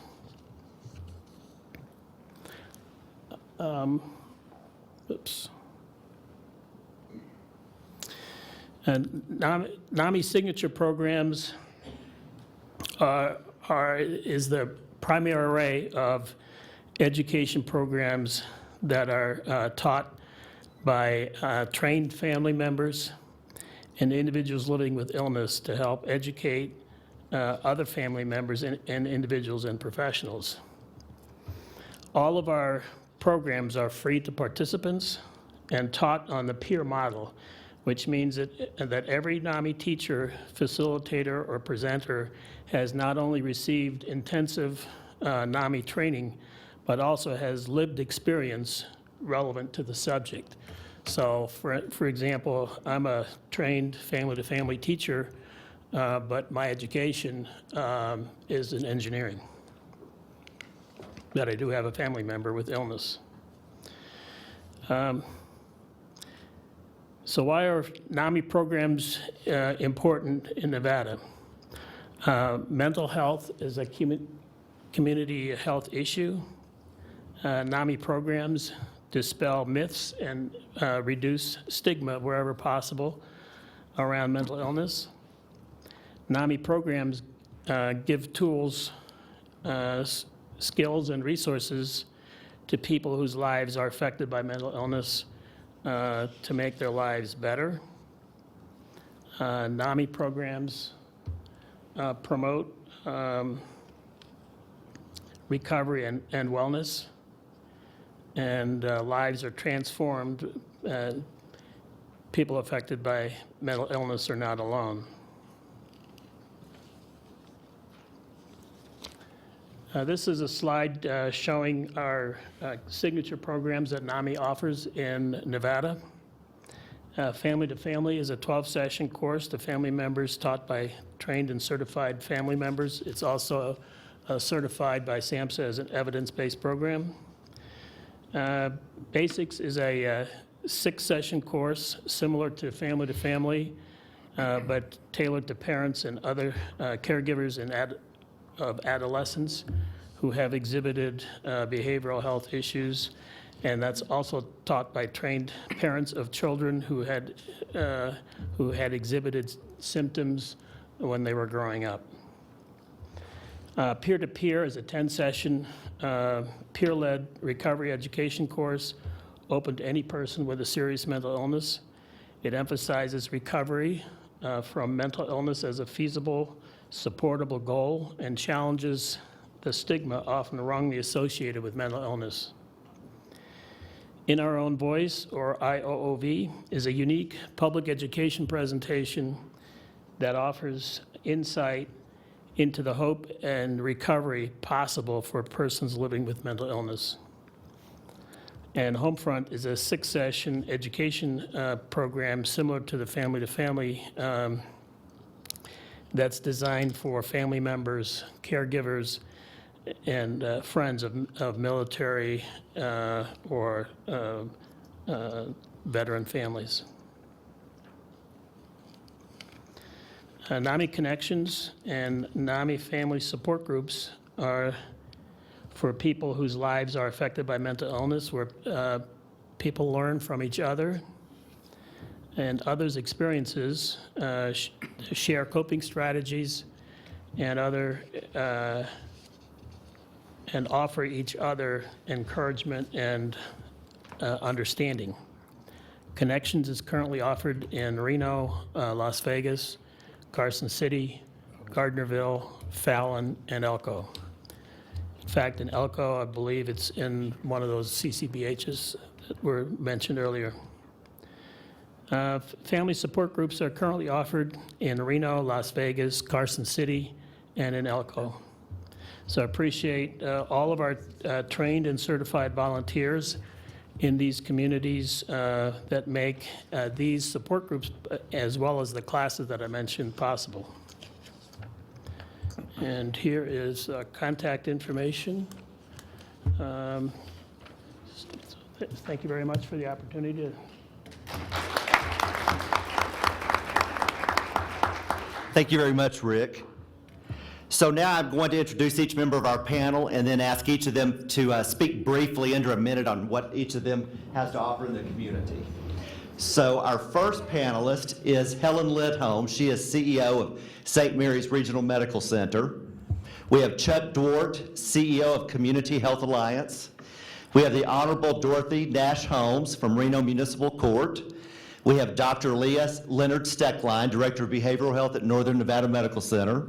Pat Cashell, Regional Director of Volunteers of America, and Dr. Jeremy Matusak, who is a local child and adolescent psychiatrist who also sees adults. And I believe Sheila Leslie is in the audience. She should come down and join us. And Sharon Chamberlain. Sharon is CEO of Northern Nevada Hopes. And Sheila Leslie is the Behavioral Health Program Coordinator from Washoe County. So I'll turn it over to Helen and let her speak briefly about what she does for the community. Hey, is this on now? Can you hear me? Okay, great. Hi, my name is Helen Lidholm, and as Steve said, I'm the CEO for St. Mary's Health Network, so that's St. Mary's Regional Medical Center and Medical Group. So why am I here today? Well, St. Mary's at this time does not have a psychiatric inpatient unit, but we will very soon. And I said very soon to the mayor and city council over a year ago. So I'll tell you a little bit about why very soon has stretched out quite a bit.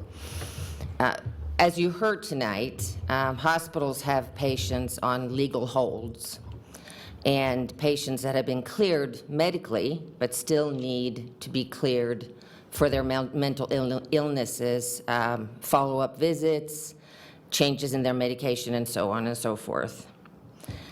These patients were staying at St. Mary's in our emergency room, and you saw some of the statistics for all of our hospitals for days and weeks.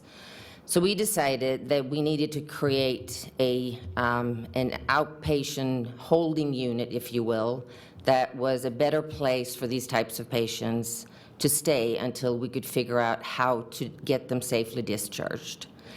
When we started this program, we started it in a 12-bed unit, and we had an average of 6 patients a day. So we cleared them out of the ER so the ER could get other patients in, and at that time, we made the decision to open up an inpatient psychiatric unit. 24 beds, 12 adult, 12 geropsych beds. And we have had incredible support from the state, from the city, from the county, from the governor's office, and everybody has helped us speed this along. So why didn't we, as I promised the mayor, open this unit in spring of 2017? Well, it's because we no longer have 6 patients a day. We have on average 18, and this is a unit, if you imagine hospital wing, we're going to have to renovate. And in order to be able to renovate the unit, we need to move the patient someplace else when we renovate. Does that make sense? And right now, we have so many patients that we are holding that we can't even start our renovation. Now, Katie, who's my chief nursing officer and super smart, she's on iteration 19 for how do we do this without disrupting everything else within the hospital. We will get this done, and we're hoping that we will have the unit open and running by the end of January of 2018. St. Mary's, our entire team, and me personally believe that this is one of the most important things that we can do as a healthcare provider in Northern Nevada. Thank you, Helen. Now I'll turn it over to Sharon Chamberlain from Hopes. Hi. Is it on? Okay, Sharon Chamberlain, CEO at Northern Nevada Hopes. Good morning. Oh, it's still nighttime, actually. Oh, I'm trying to turn it on. Is it on? No, you turn it off. There you go. There. Okay. Sharon Chamberlain, CEO of Northern Nevada Hopes. We offer integrated care for medical, behavioral health, psychiatry, regardless of your ability to pay.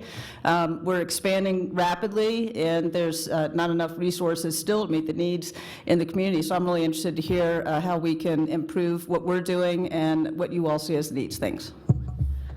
Thank you, Sharon. Sheila Leslie. So efficient. Good evening.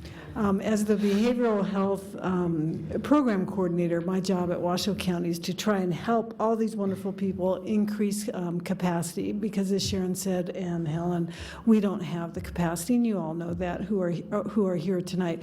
I do want to call out our 2 most workers in the back row. Wave, hello. As Amy said, we are tripling actually the size of our most workers. So when there are people on the street with a mental health emergency, a substance abuse emergency, we hope very soon we're in the hiring process to be able to respond on day shift and swing shift to those crises. We've seen a wonderful ability of a police officer paired with a mental health professional to be able to engage with people when they're in crisis. We know crisis is also opportunity, and be able to get them safely off the street and into the resources that they need. One thing I do want to mention is the legislature passed a bill to create behavioral health policy boards throughout Nevada. Washoe County does have one. The positions are appointed. They're citizens just like you.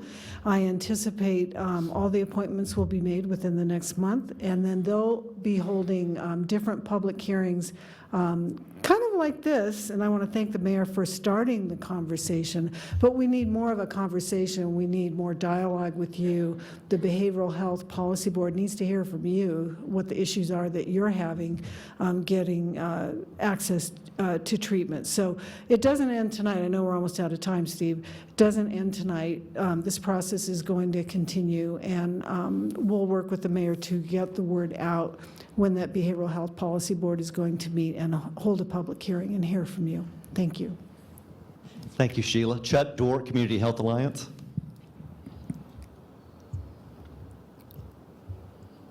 Okay. I'm having the same problem as Sharon, and I'm on. I want to thank Mayor Sheevy for holding this event tonight, and thank you, Steve, for hosting this, too. It's a pleasure being here tonight, and I know so many of you, and Community Health Alliance, the organization that I run, is a federally qualified health center similar to Northern Nevada Hopes. We do integrated care, and we focus a lot on families. I wanted to get 2 messages across, or maybe 3, real quickly. One is that something that we're talking about right now is really at the end of the acute care spectrum. It's things, hospital beds, jail, institutionalization, acute care. What we really have to focus on is mental health as a chronic disease, no different than it is diabetes or hypertension, which are sequelae of poor habits, and there's a lot of things that we can do upfront upstream to identify children particularly who have the propensity or are heading toward a mental health problem and dealing with it early, as well as adults. And for me personally, I can tell you, I went 30 years without treatment for dysthymia, chronic depression, and a little bit of bipolar, but finally got it. And so now when somebody says, "Why are you sad?" I can tell them, "I have a chemical imbalance. Why are you a jerk?" So anyway, so that's what I attribute it to. So again, moving services upstream to schools and other institutions to identify and treat disease early is extremely important, as well as dealing with stigma, which I dealt with personally for many years. And then advocate, advocate, advocate. And I think if anything happens tonight that can be positive, it's getting all of you out to advocate for services at the state and federal level. There's so much chaos being created at the federal level that we have to put a stop to it. And that only occurs if you vote for health care. And I think that means that you not only have to take a stand, you have to advocate. You have to talk to your state representatives, you have to talk to state officials, you have to talk to your local officials and your congressional delegates, and you have to make sure they hear your voice, because that's the only way we're going to create positive change. So make sure that your voice is heard, and ask every single candidate, if you have the opportunity to talk to one, every single candidate who puts in their name for an elected office, to make sure that they explain to you what their position on health care and mental health is. Thank you.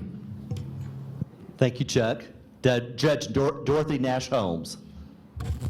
I don't know if this is on either. Can you hear me? Okay. I am with Reno Municipal Court. I am a specialty court judge, and among the 4 treatment programs that I preside over is a co-occurring disorders court, which you saw earlier some talk about mental illness and addiction. So when your family, friends, neighbors go awry within the boundaries of the city of Reno and get arrested on a low-level charge, misdemeanors. Could be domestic battery, could be DUI. Those are our most serious ones. Everything from that to traffic tickets, which are a misdemeanor in Nevada, believe it or not. And if they have mental illness and addiction at the same time, they usually find their way into my court. Our court got a $1 million grant 6 years ago to set up a trial program, and the grant went for 3 years. And it was difficult at first to get anybody in our program because nobody would come forward and admit they were mentally ill, and defense attorneys told them not to, because then you're going to get locked up forever, and it was quite a growing process. But 6 years into it now, I see 250 to 300 people in my court a year. We have, I have a homeless inebriate court, which is called Train, and we send them over to Crossroads. And we've found that, a lot of our downtown, quote, frequent flyers, as we call them, which is not a very nice term, but everybody calls them that because they're coming around again and again and again. Probably 90% of those have some sort of a diagnosed or undiagnosed or untreated mental illness. I have a DUI drug court, DUI conviction or drug addiction. You might be in on petty larceny, but you're addicted to heroin, you're coming into my court. I also have a young adult recovery court, 18 to 26-year-olds, and they're all full all the time. We recently got 2 new judges elected in November, and they've been referring people that they see in their courts to us like crazy, to the point where we're filled up and overflowing at all times. One of our other judges also runs a DUI court, although not with mental illness, and one of our newer judges has just put together a court to try to provide more intensive services to the people that keep failing out of everybody else's program and are homeless. So we've been doing our bit in our court since 2000 to try to work with different levels of substance abuse.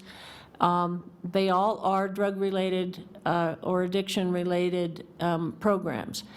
We are not what's called a problem-solving court. However, Judge Breen over in the Second Judicial District Court is, and that's a court that doesn't, it ends up as a diversion court without a conviction on your sentence. We're not allowed by law to do that on DUI or domestic battery, but on the other charges that we handle, we are able to dismiss the charges at the end of their treatment and their successful program and seal their records.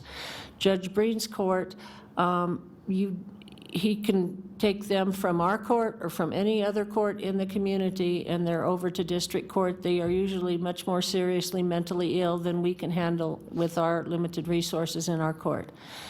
People ask me, how can I get my person into your court? And, you know, I always tell them something cute, like give them a six-pack of beer and tell them to go drink it in the park downtown, because that's in the city of Reno, and that'll get them in the court. But what people need to know is there are a lot of treatment courts in Nevada. We were among the first 5 states to put specialty courts in. Most of them were addiction-related courts. A lot of them now are just problem-solving courts where you don't necessarily have to have an addiction. You can just be mentally ill or just be whatever the issue is. We've got more than 60 now in Nevada, and that's a lot for a small state our size. We've got, 8 in Washoe County, is it? 8 in the district court building across the street from us and 4 in ours. And there's at least 1 in the other courts in Sparks. So we are here. I'm not inviting you to come into my jurisdiction, but if you end up with a problem in the city of Reno for which you get arrested, know that we are here, and have you or your family or your friends or neighbors ask for help, ask for treatment, because that's what we do. Thank you. Thank you, Judge Holmes. Dr. Leah Leonard-Steckline from Northern Nevada Medical Center. Good evening. Thank you all for coming. This is a really important discussion, and I appreciate all of you being here. I'm the Director of Behavioral Health at Northern Nevada Medical Center, and at Northern Nevada Medical Center, we focus on treatment for adults who are 50 years of age and older and who are struggling with behavioral health issues. The majority of patients that we treat in our Senior Bridges program have a diagnosis of Alzheimer's disease or another form of dementia. At Northern Nevada, through Senior Bridges, we are committed to honoring life's journey, and in that, we not only provide the traditional treatment of internal medicine, psychiatry, and nursing, we also offer music therapy, pet therapy, even aromatherapy. We are treating the entire person and want to increase the quality of life for that individual, no matter how much life is left.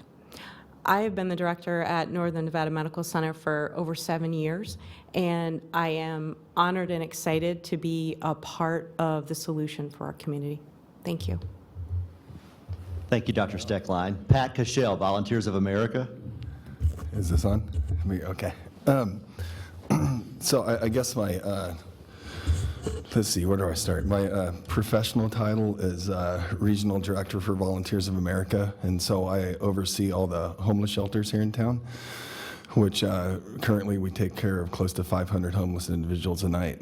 And I'm going to be real quick here, Steve. So that's my professional role that I play here in town. I think the role that I'd like to play, the more important role that I think that I play in this community, I'll tell you, I'm a person in long-term recovery, almost 12 years now. And when my dad was the mayor of Reno, and I decided to get clean and sober, something clicked inside my head. I don't know what it was, I don't know where it came from, but I was like, I have this huge platform to share my story. And to me, it's like someone going to medical school for 10 years, because I was a meth addict for 10 years, and coming out of medical school and deciding they're not going to go into the medical field, that they're going to become a store clerk at 7-Eleven or something like that, and wasting all of that knowledge that they had. And I felt full of knowledge of addiction and mental health issues, because it wasn't just addiction for me, it was mental health issues also. And so I called my dad one day, and I asked him, I said, do you mind if I take my story public? And him being the mayor and the politician, I thought for sure he was going to knock out another tooth. But, and he said, I'll call you back. And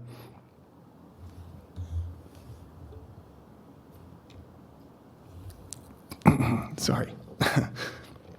Just speaks volumes about my dad.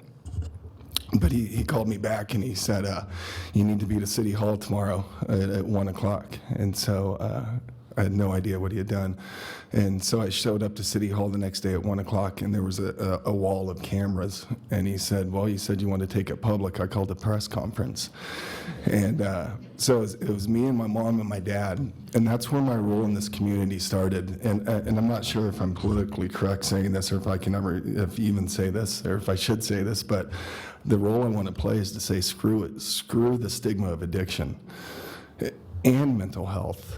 It doesn't serve any purpose anymore. And that's the role I want to play. I love being the director of Volunteers of America. Some of my best friends are homeless today. And so, but that's the role I want to play. I want to ruin that stigma of addiction. I want to ruin the stigma of mental health. And you know, I look around and I get invited to these panels, and it blows me away. A panel of experts, and here I am. It's like I was living on the streets as a homeless meth addict for almost 10 years, and you guys invite me to share my story. So I can tell you that addiction is. We can survive as former addicts. We can survive. We're human beings. Those people that I take care at the shelter every day, God, are human beings, and they deserve to be treated that way. So that's the role I want to play.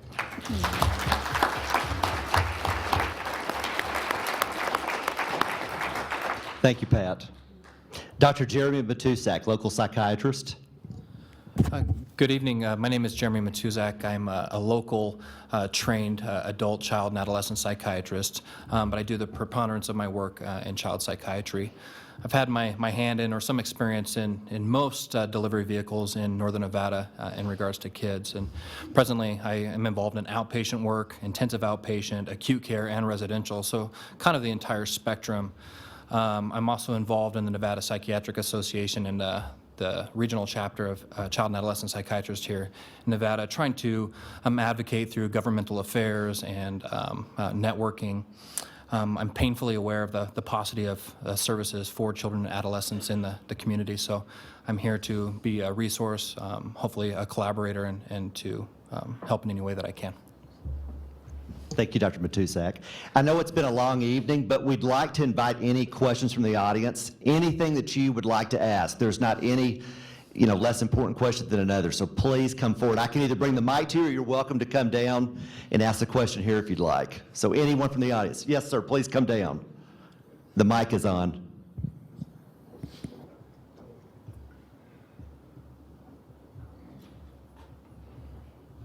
Hi. My neighborhood has its resident homeless guy, and I don't know if anyone has reached out to him. He seems to be completely harmless. He spends his days walking back and forth on North McCarran Street, as we're up by the university, wearing everything he owns on his back. And I don't know, I'm not going to reach out to him because I don't know anything about him, and that's not me, but I want so there would be someone I contact to reach out to him. Would anybody from the panel like to address that? Sheila? Yes. We have some community cases for the chronically homeless that we can send out with our MOST teams. So what I'd like you to do is give the address. See Christy in the back there? Go talk to those folks and tell them exactly where he is, and we'll go out and talk to him. Thank you, sir. Who else had a question? I can bring it to you. I'm going to be the roving microphone.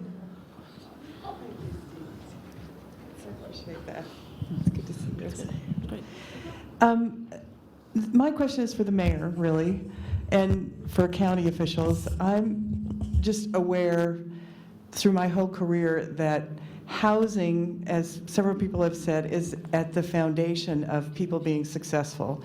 And we have an enormous housing problem for well people, let alone for everyone else.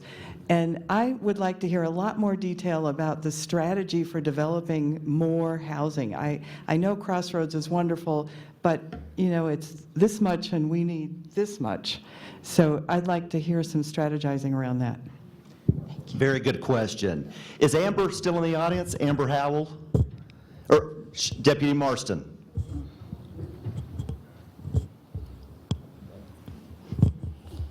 See, I'm standing, it's like I'm sitting. This is terrible.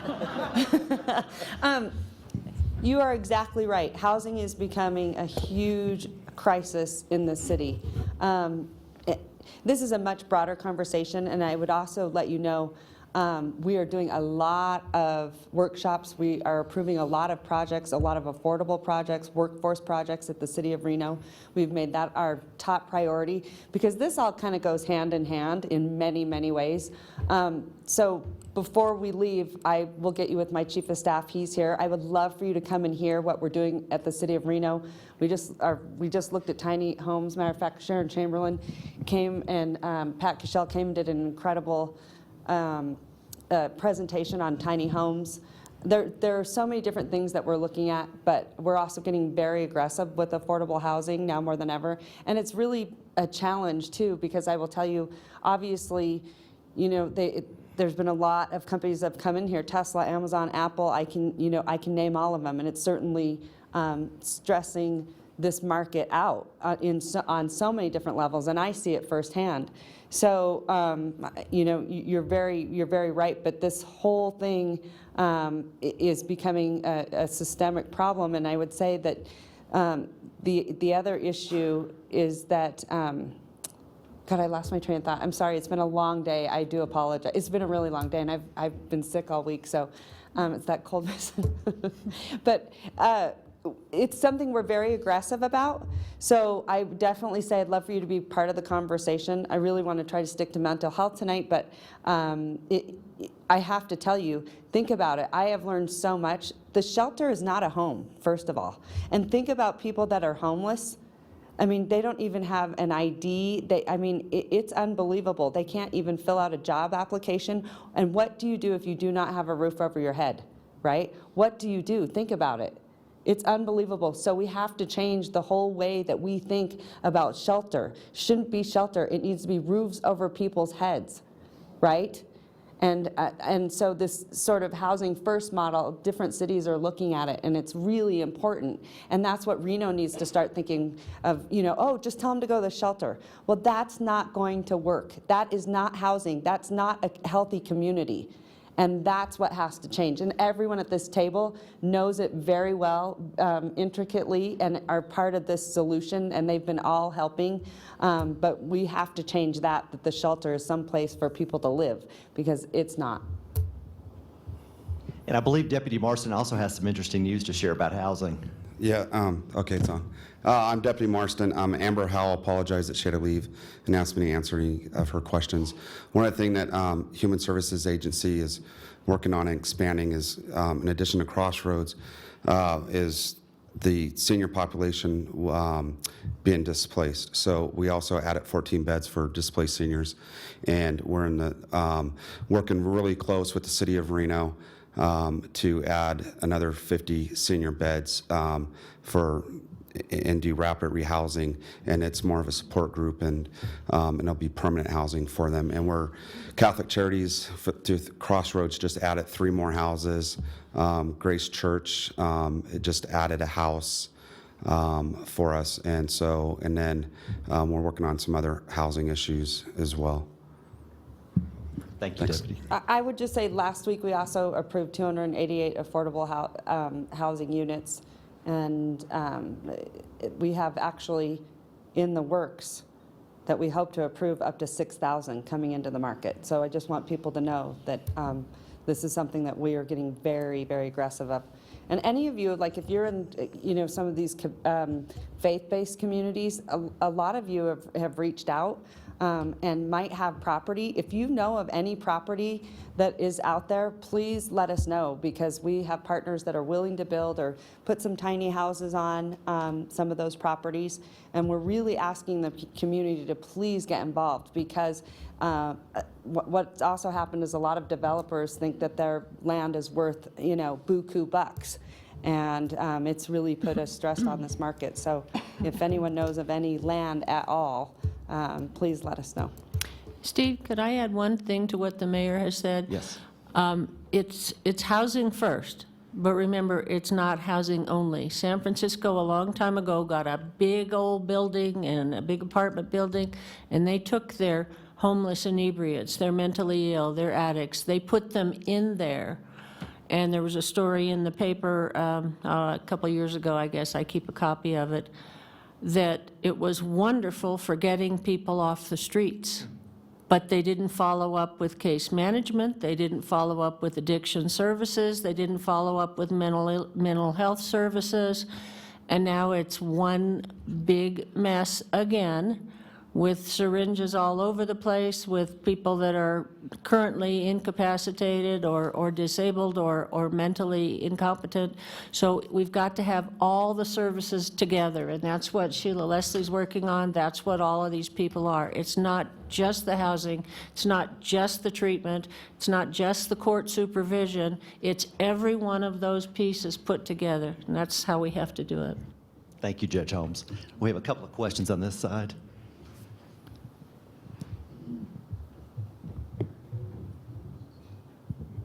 I want to address this to Pat. Thank you for your story.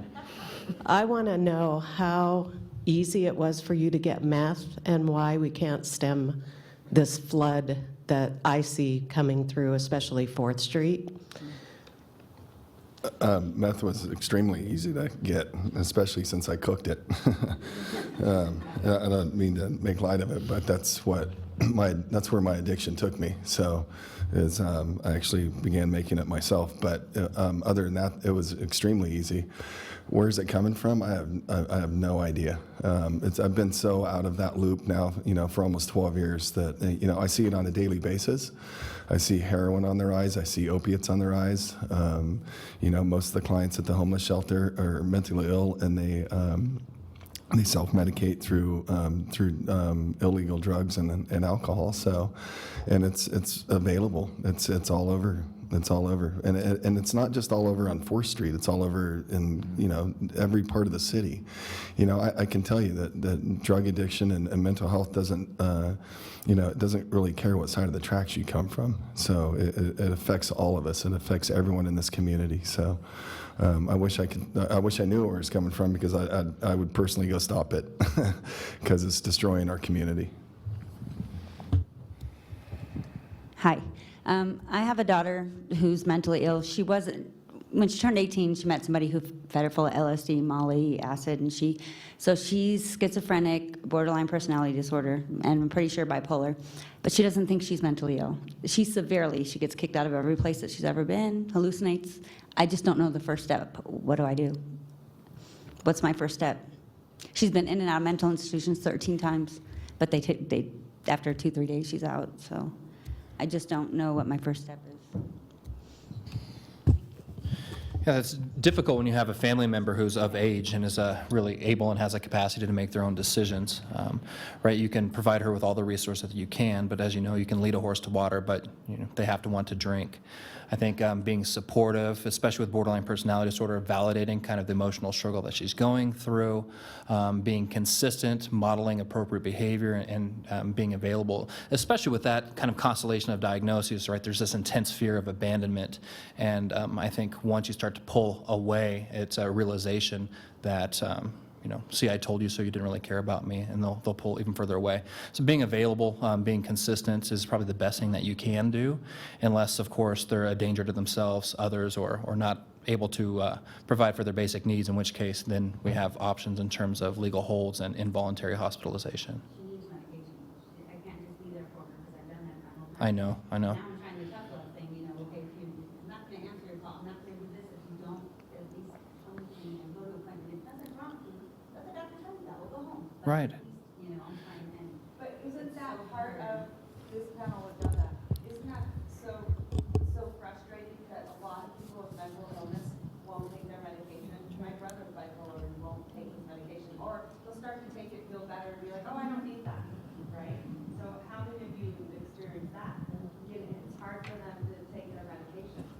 what do we do?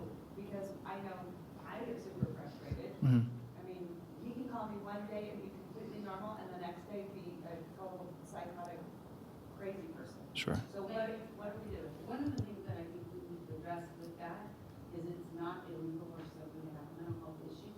And because of that, other than them being a danger to themselves or others, even the people who love them can't force them to be medicated.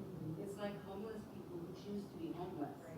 They choose that, and they also choose to live in their mental illness, even though we can all step back and say, there's a better way. And that's where it becomes difficult because it's a free will issue, and we believe you can't force somebody unless they're unsafe to take their medications. Bipolars are a good example of that. They want to take their medicine, and then they feel better, and then they lose all that energy that they get from being a high on their mania part of bipolar. They get all sorts of stuff done, they get really creative, and they don't want to take their medicine. Well, what because happens they when get they're breaking the law? How many of you have had that too? Like, you know, Right. you're breaking the law, right? That's when you get most involved in enough combination. I would ask you about Yeah, I think a couple things. One, you have to take care of yourself, too, and make sure that you're getting the support. And there are support groups and great psychiatrists that you can go to and get more ideas on how you can interact with your loved one, because it is very difficult. You're not alone. Once they commit a crime, though, as the judge was mentioning, we have help. I mean, with the mental health court, I worked there for a long, long time, and I used to have parents and family members call me and beg me to help them get their loved one into the court, because at that time, really, that was the only way you could get immediate mental health. The system has gotten better since that time. But if they have committed a crime, I mean, the court, that's a whole nother complex system that outsiders have a hard time understanding. But feel free to contact me, and I can help direct you to who you would talk to at the court. Basically, you'd want to talk to their public defender or their lawyer and say, hey, would they be a candidate for a treatment court? And we do have lots of options. And the judge, I tell you, mental health court, I have seen miracles happen. People who would not take their medications or who were inconsistent, and they come in front of Judge Breen or Judge Nash Holmes, and, you know, having that judge talk to them and develop that relationship, magic happens. So please don't give up before you've tried treatment court. Mental health court, there's many different, as the judge was saying, it's too complicated, but. Right. Misuse of 911 or something like that. Sometimes committing a misdemeanor like that and getting into a court is the best thing that happens, sometimes. Can I suggest something too? You know, the folks from NAMI are here, and they have wonderful programs to help family members. Now, I know a lot of you are probably exhausted and exhausted by the dealing with these kinds of situations with family members or loved ones. But you know, for those of you that are just beginning to struggle with these kinds of issues with a family member, talk to the folks from NAMI, because they've got great educational programs that are free. They've got peer support services and other types of services available, so talk to them. You know, again, that's not the total answer, but as someone mentioned up here, you also need to take care of yourself and your family, and that's extremely important if you're going to be able to have the capacity to help somebody else. I'd like to add I've some. got a comment back here. I'm sorry. Oh, I just want to add one thing. As was mentioned in one of the presentations, our jail, unfortunately, has become our holding place. There is no secure, locked-up facility for the mentally ill here. And I've gotten now in my train court, which originally was just homeless inebriates from downtown, our downtown group. I have special needs people in there now. I have people that are mentally ill and not addicted because they reach out and hit somebody. They hit their roommate. They fight in their group home. So the jail, it's my understanding, they have recently hired 2 licensed clinical social workers to work in their mental health unit at the jail, and they have also hired a discharge planner. If your family member hurts you or does something that is a crime, that is a misdemeanor, call the police, let them be arrested, and call the jail and tell them about the person's mental health issues, because They're trying to start working on this more where they catch them up front again. Now, we don't have the resources, we don't have the cells, we don't have the group homes, but at least everyone is trying little different things like that all the time. And, nobody wants to encourage someone to be arrested, but if that is what it takes to stop them and get hold of them, the judge has the authority to order people to do things. But on a misdemeanor, we cannot order them to take medicine they don't want to take. But we can tell them, I can order you to follow your doctor's orders, and if you don't do that, I can put you in jail. So we can do a roundabout sort of thing, but once they see the resources that are available, they want the help. We have about an 85% success rate in my combined 4 specialty courts. You just have to put the pieces together. So don't be afraid of the criminal justice system. We are one of the very active pieces of it, unfortunately. I have a comment from this gentleman. Just to comment on this whole issue, our society has a kind of long and tortured history, our country does, about this whole issue about the freedom to be mentally ill on the street. And we've gone from one extreme to the other, depending on which era we're in. There was a time when you might get your aunt, who was a little bit unusual, to be incarcerated in a mental institution for 6 months or a year because she was unusual. Then the pendulum swung the other way, and legal professionals, more than anybody, felt that mentally ill people should be free to be mentally ill on the streets. And I spent some of my time in San Francisco, and you'll see a lot of those folks. Some states have outpatient commitment laws. I'm not familiar with this particular state, but in some states, if someone is incapable of taking care of themselves, you can provide an outpatient commitment, meaning they have to take medication or they'll go into an institution.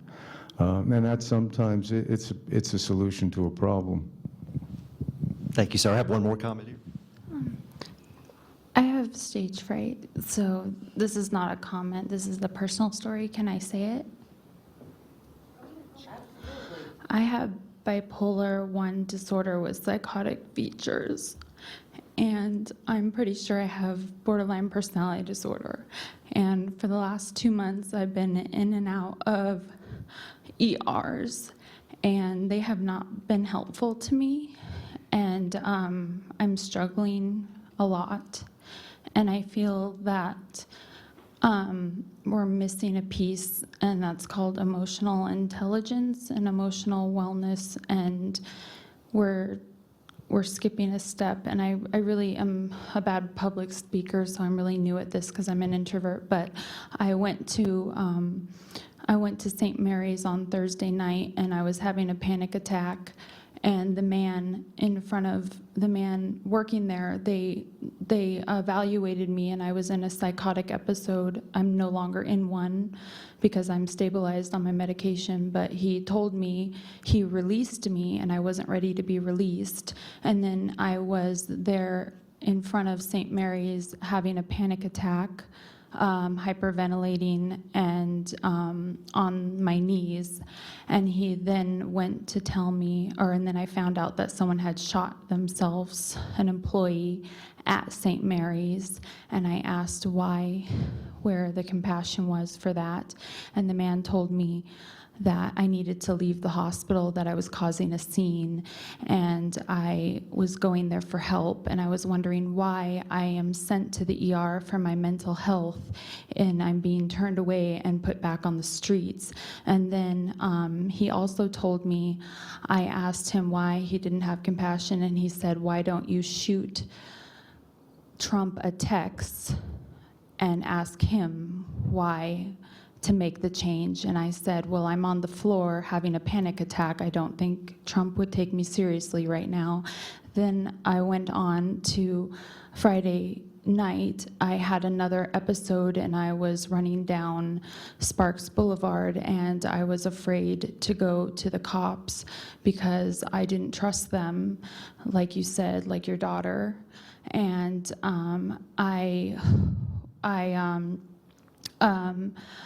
I just feel as though borderline personality disorder is very misinterpreted, and we're not homicidal. I would never hurt anyone. I was suicidal Friday, and I was going to every ER in town trying to get help, and I could not get help, and they were all turning me away. And I almost killed myself by accident on Friday the 13th. I almost accidentally walked into traffic. So I'm begging you, please, please. All right. You said you didn't public speak very well. I thought you did a fantastic job. And I have to do this for a living. Okay, so one of the things it sounds like to me is that, so here you're going to some of these hospitals, right? And then after that, they're sort of releasing you. And it sounds like They're releasing me too soon. too soon. And I So, feel that the system is broken. and I hear that a lot, that you might end up going to one of the hospitals and then they sort of treat you with, maybe some Ativan or something to that, Yeah. and then release you. So can someone on the panel speak to this? I'd like to. First of all, I'm very sorry you had a bad experience at St. Mary's. One of the reasons we are opening a psychiatric unit is so that people and patients don't experience what you did. The physicians in our emergency room and the physicians in our hospital are really good doctors, but they're medical doctors. They're not mental health professionals. So as part of our journey to treat our patients, that includes mental health, is to have staff that is trained in taking care of mental health, psychiatric diseases, and that I don't know.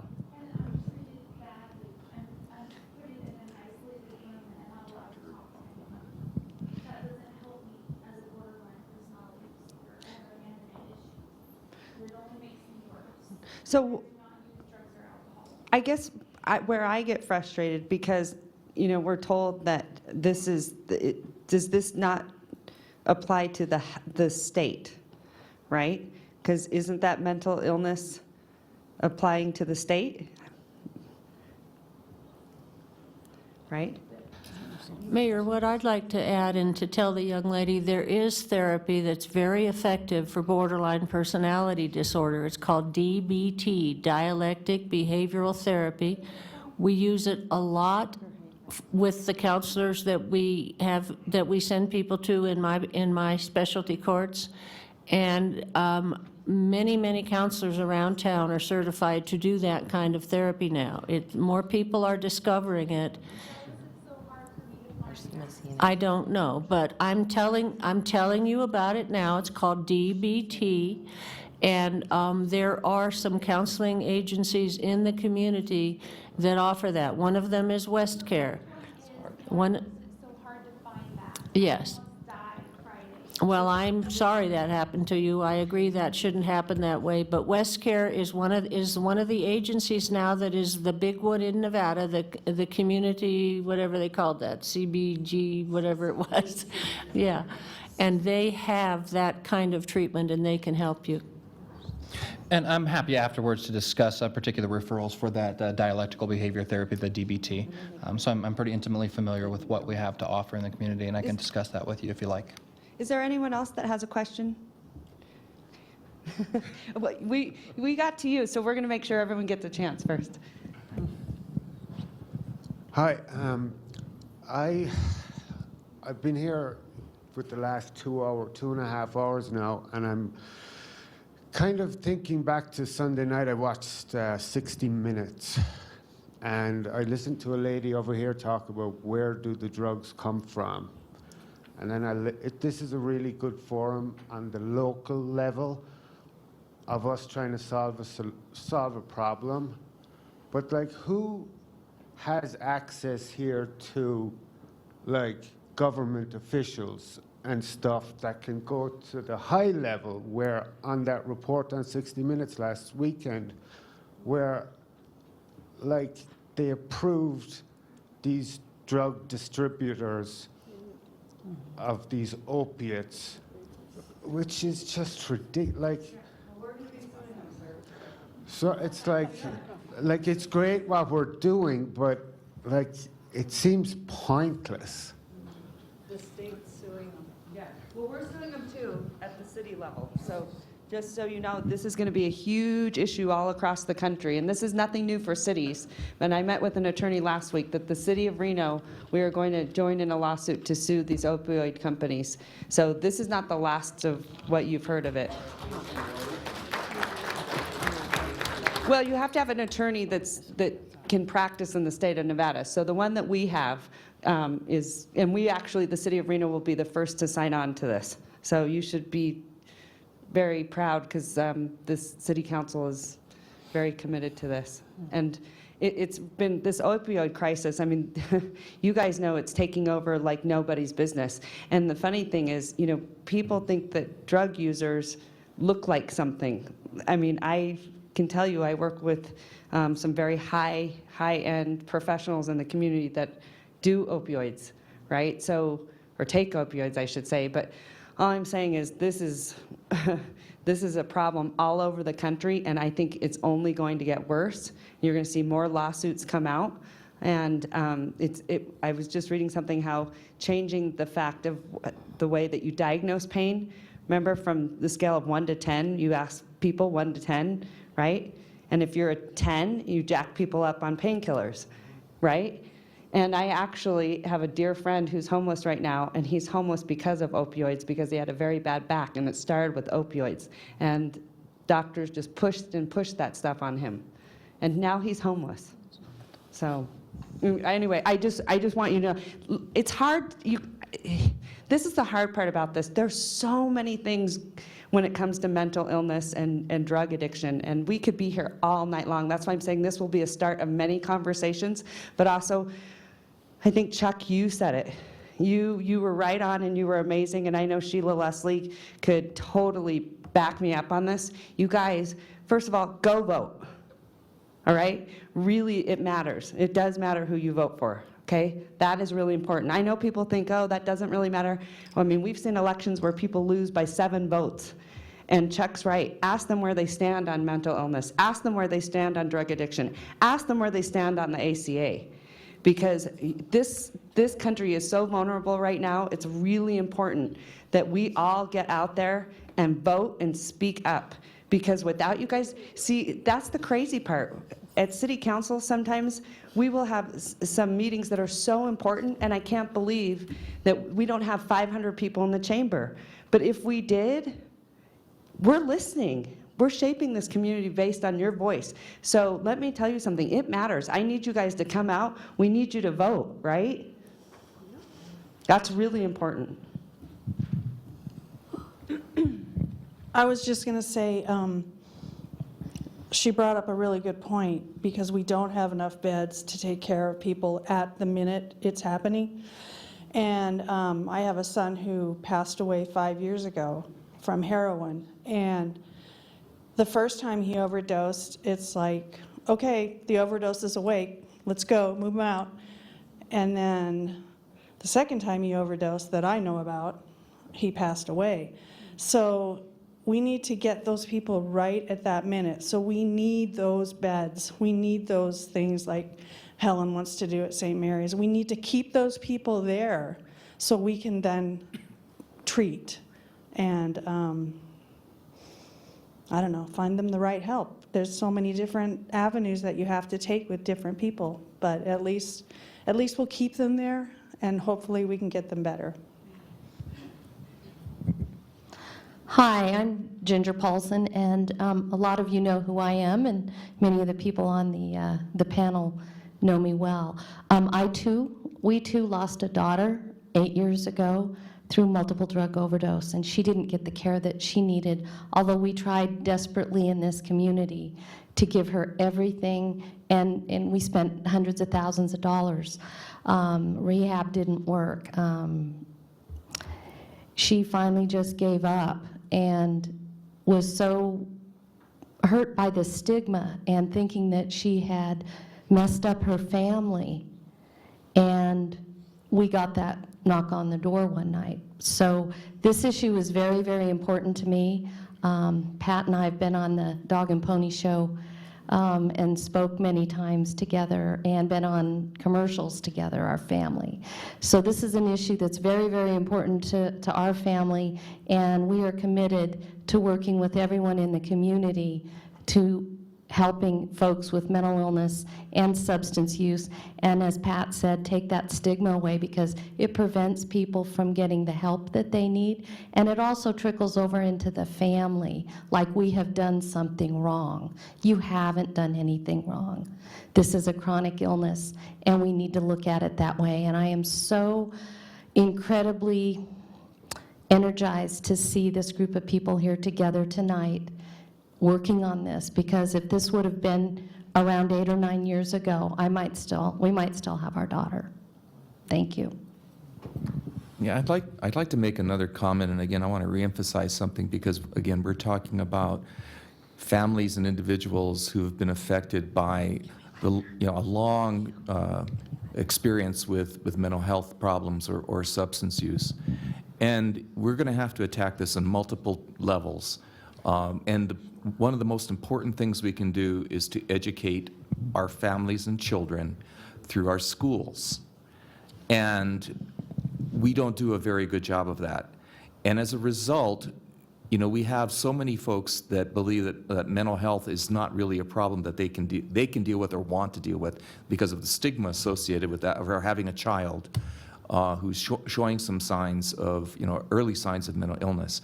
And so the schools become extremely important. I have had 4 or 5 calls this month from individuals in the school district asking us to provide help, and we can't. We need 5 or 6 more Jeremy Matusiks in this community, and we don't have them. And so we can do a lot of work in the schools if we had the resources there, and I think that's another area we need to advocate for, is making sure that schools are helping kids to get screened properly and get to their primary care doctors, to their pediatricians, because the majority of diagnoses of mental health issues or developmental issues or behavioral issues occur at the primary care level, and a lot of treatment can occur there. It doesn't have to go to Dr. Matusak, although we're just so grateful to have him in this community. So making sure that children are getting their child checks, they're getting screened by their pediatricians early and frequently, is extremely important. And that's where it's going to start. If we're going to make any headway on mental health issues, we have to deal with stigma, or education, and early screening. The other thing I would say is I would invite the state to certainly come and visit Northern Nevada Hopes. I'll speak for Sharon. Sorry, Sharon. Or our organization, and sit with our clinicians and find how difficult it is to get somebody into treatment. I think, the managed care plans are great. They struggle with the same things we're all talking about here. They don't have enough doctors. They don't have enough behavioral health professionals. You can call them till you're blue in the face, but they can't get somebody into service. And so I would challenge them to come out and see what's really going on at the provider level with our care coordinators and our professionals, to see what resources are there and what resources aren't. So please, feel free to give us a call and find out what's really going on in this community at the patient level. And excuse me, I'll just take 1 second to add to that. I was really struck by Amy's slide that showed all the unused state dollars. We all need to figure out where to put those. to work with her and the legislature to reprogram that. I mean, I sat on the state budget committee for many years, and I know what we pay state psychiatrists, and it's no wonder we don't have more doctors here. And we really need to put pressure on our elected officials. I'm not picking on Amy here, but the state system is very bureaucratic. The wages are way too low to attract quality behavioral health professionals. So that's a lot of dollars that we could reprogram. But could it kick in to where you can kind of predict that you're not going to get those professionals? Could it kick in to then it would go into other mental health? Pay contractors to support the services we have. Okay. Right now, so they've already reduced it down, so we're just meeting the need where we're at, and instead of personnel, they're allowing There's not many to remove senior them patients and either. contractors that are at a higher rate. So a lot of that is already been discussed because year after year they have instead of addressing the workforce issue. So it's not money we can just repurpose because, we're told where we can spend it. But as we go into our next legislative session, those are new opportunities to bring the same subject up and to revisit it. And I'm very much. Well, no, you've been great. I'm so glad that you came. Honestly, it really helps us, certainly at the local level, because a lot of times, I will tell you, we get very frustrated. This is one of my biggest frustrations, is at the local level, the state treats us like we're lepers. And it's really difficult. I mean, they don't even like us to walk into that building. They don't like it. And it's a very territorial thing. And, we wait every 2 years for them to get back into session, and they're making bills and, laws that affect us greatly. That's why I need all of you, when it comes to session time, that we're all there with their voice, just like Sheila Leslie said. Mayor Sheevy, can I add something to this? Yeah. Because I'll tell you a quick story. So when I was working with NAMI on their board, we were advocating for mental health support services. And what this would do is, assuming somebody could get into housing, the Medicaid program would then pay for supportive services like they do for people with Alzheimer's disease, developmental disabilities, and other types of conditions. And we were working with the state to develop a budget proposal. It was developed. We thought it was going to make it into what they call the agency budget, which is an early phase of budget development, and then it got yanked. And this would help people who are going into housing, like tiny houses, like Sharon and Pat are trying to develop, and provide payment for these wraparound support services for homeless individuals who are seriously mentally ill. That was eliminated. And so that's where a lot of frustration comes from, is because there are solutions, there are options, and there are ways to use these state dollars, a lot of these new state and federal dollars that are coming to Nevada as a result of the governor's decision to expand Medicaid. And if we could develop those programs to provide long-term tenancy support, teaching people how to live in a home, or long-term employment support services, or even support with queuing and activities of daily living to make sure that they can survive day to day, then they have a chance of actually making it into recovery and a reasonable life. So we need to work together on that. And again, we tried advocating for that while we were with NAMI, and it got dropped. It got pulled out of the budget for whatever reason. But I think that's another thing we need to go and try to achieve, because as the judge said, it's a whole package of services that have to be provided. It's not just a house, it's not just a psychiatrist. It's all of those wraparound support services, and those can be paid for. We just need the legislature and the state to do it. I did want to comment briefly on, we've identified really a lack of mental health professionals, prescribers in particular, as one of the big gaps in our delivery system. We are doing things on a local level and a state level to try to address that. I'm not sure if people are aware that we do have a psychiatry residency training program here in town who trains 6 residents per year. And the goal, of course, of having a local program is to retain those people locally. When they're familiar and they're comfortable in the delivery system, in the environment, they're more likely to stay. We also have 2 child psychiatrist trainees that are being trained up north and 2 in the south. So we're trying slowly to meet that need. The university here has been big advocates for mental health care, so they have started a psychiatric nurse practitioner program, and next year they're launching a physician's assistant program, a clinical physician's assistant. So there are some efforts to try to narrow that gap somewhat, but as you know, it's just it's very difficult need to meet. All right, it's your turn. Oh, okay.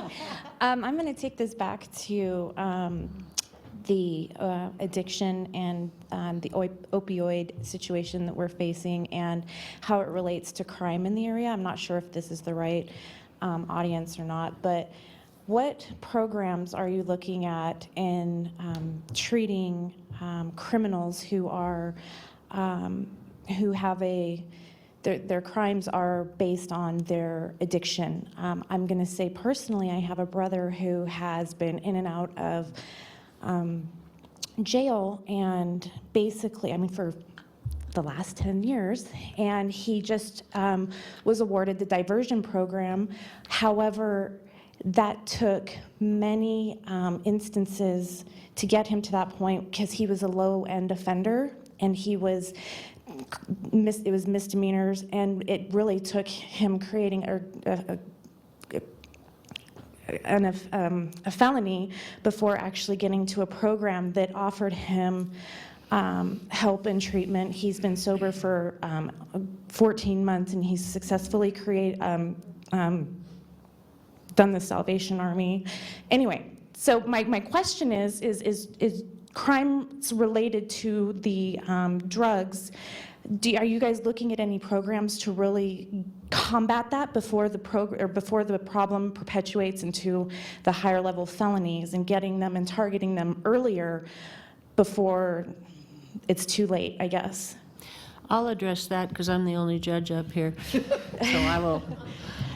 I was a federal drug prosecutor for a number of years. I've been a lawyer for 40 years, and about 23 of those I've been a prosecutor. I also was a deputy director of corrections. I was the district attorney in Washoe County.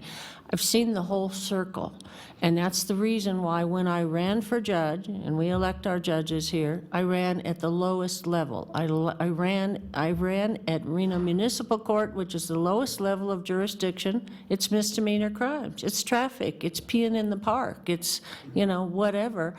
But that's where most people have their first contact with the court.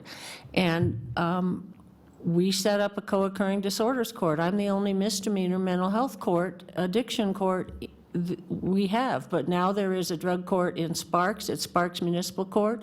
There's one in Sparks Justice Court. There's 2 or 3 now in Reno Justice Court.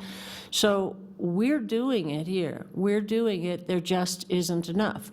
People may not know that there's not even 300 psychiatrists in the whole state of Nevada.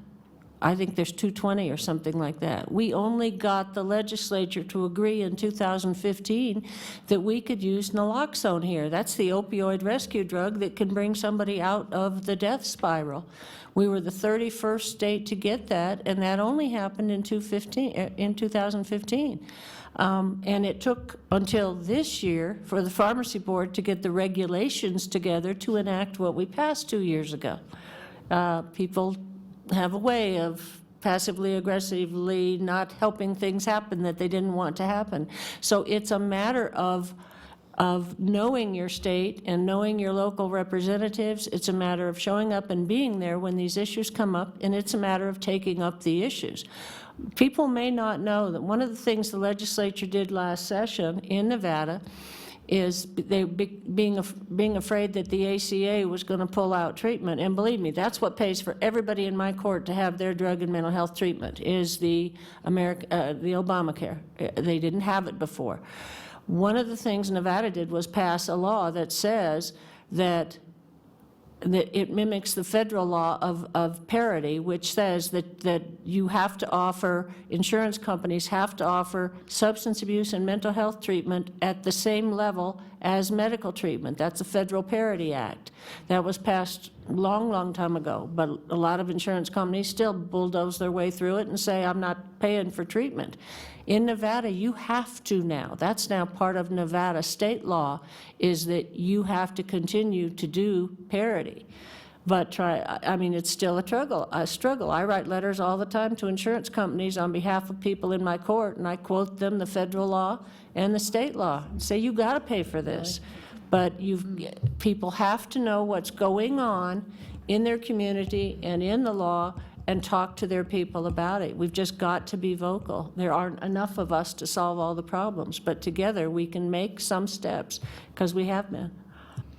Can I just add something to that really quick? One, just as a PSA type thing, we offer the naloxone at Northern Nevada Hope. So if you have a loved one or yourself that are using opiates, please come and get a prescription, and we do the training. It's super simple. It's quick. You don't have to see the doctor, and you can have that in your homes and with your folks. The other piece is that we have these parity laws, and we have very specific things that are guiding our MCOs in our state Medicaid program, and there's a total lack of access. And so it doesn't matter if we say that you need to have it because you can't get it, and I see it every single day. We have 10,000 patients, 25% of them at least are experiencing homelessness.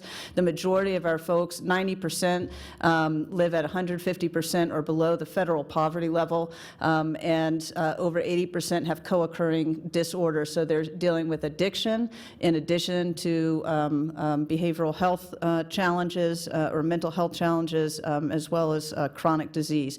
So it's a, and there's not access, and we try to create the access. We hired 5 more behavioral health providers last month, and their panels are full. And the lack of providers, there's things that our state can do. I strongly believe we can change our models for bringing in and fast-tracking folks that are, you can practice in California, but they come over here and they're psychiatrists, and they can't get their licensure over here, and yet we have a provider shortage, right? So some of these very basic things. The other thing is we provide medication-assisted treatment, so we provide the Vivitrol and Suboxone, and we work with the Youth Offender Court. So, you know, kind of to your piece, the majority of the young people in the Youth Offender Court that come to us and participate in our medication-assisted treatment program started their opiate use with a school sports injury, and now are in the court system. And I think that just the conversation here tonight, I'm sorry, I'll stop in a second, Madam Mayor, but and you know, the idea that these individuals that are struggling don't have access to housing, they don't have access to support systems, they don't have access to inpatient treatment. We're doing outpatient things, and we need a whole continuum because people need different levels of care. And at some point in our community, we have to stop talking about it, and we have to begin to demand it and say, we will not elect you, we will not allow this budget to pass if we don't start solving these problems, because I think we've been having these conversations for years, and we have individuals sitting in who have lost their children to overdose, and we're seeing that increase of individuals and patients coming begging for help at our doors. And we can take some, right, but we can't take everybody. And there's got to be a system, system shift. And we're all up here, and most of us have been doing this. You know, I've been doing this for 25 years or whatever it is now, 28. What, you know, when do we stop talking about it, and when do we fix it? So this is a wonderful opportunity to bring community together, and I'm so glad that you're all here, and I appreciate it. And it's about access and funding and changing state level laws. There you go. It's disgusting, honestly. Right? So that means demanding it from your elected leaders, demand it. It's so horrible. You brought up a very, very good point, Sharon, about how you can't be licensed, you're licensed in California, but you can't be licensed in Nevada. But remember, the governor did lift that to bring doctors over during the shooting. So, Sheila, do you think that would help? I do think that our professional boards have been very overprotective. You know, every state licenses their own professionals, and every state thinks that the way they do it is the best way, and Nevada's like that. Now, in the last legislative session, there were laws passed to change that, and the governor is well aware of this problem. And they even created, didn't they, Amy, a behavioral health professionals board that is supposed to be looking into it. But I want to follow up on Sharon's point. We need to keep the pressure on. Because if the pressure isn't there, they'll just go on to the next thing where the pressure is. So we need to get more informed. We need to keep engaging with each other, and we need to show up, and we need to start demanding. I totally agree with that. All right, sir, you're the last question. Take it away. You've been waiting all night long, you've been so patient. I have to say, I practiced medicine and psychiatry in San Francisco for 40 years, but Nevada didn't want me without going through a whole lot of hoops, so I said, screw it. My question is this really, this whole issue of stigma. The only mental illness which is considered a criminal act is illegal substance use, absent any other form of criminal behavior. You got to think about that for a minute. We as a society decided some long time ago we would criminalize the possession of illegal drugs. That adds to the stigma of people who are substance abusers and makes it more difficult for them to want to seek treatment. So one of the questions for tonight's panel might be, I noticed that there's nobody here from the district attorney's office, and there's nobody here from the sheriff's department, really.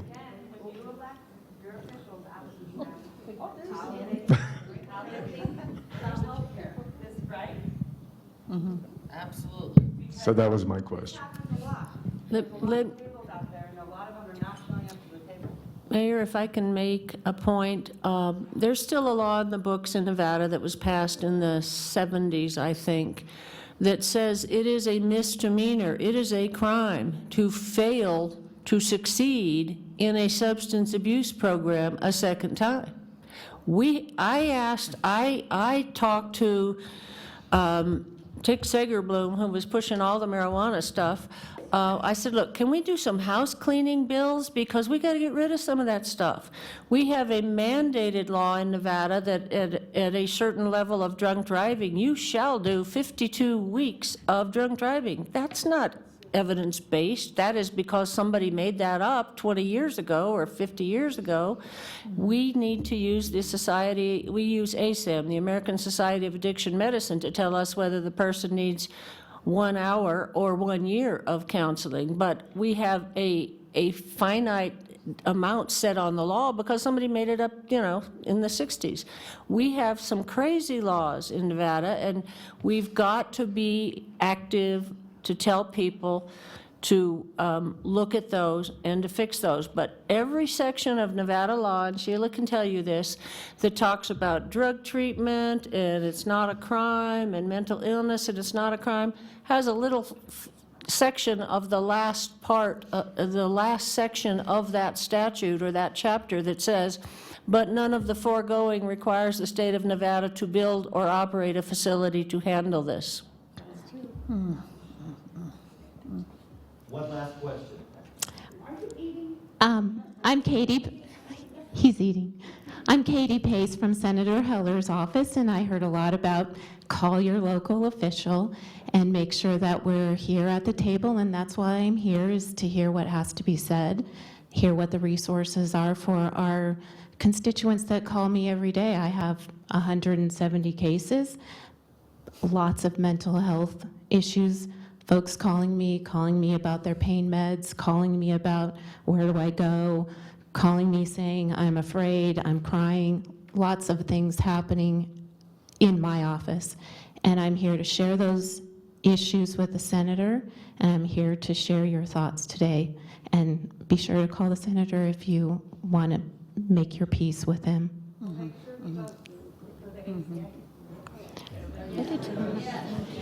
Well, I might just say I'm not going to be argumentative, but I think the point is that we do care for our constituents and we need to find the best way. And I appreciate you being here very much. So all those in favor to save the ACA, raise your hand so Senator Heller will know. All right.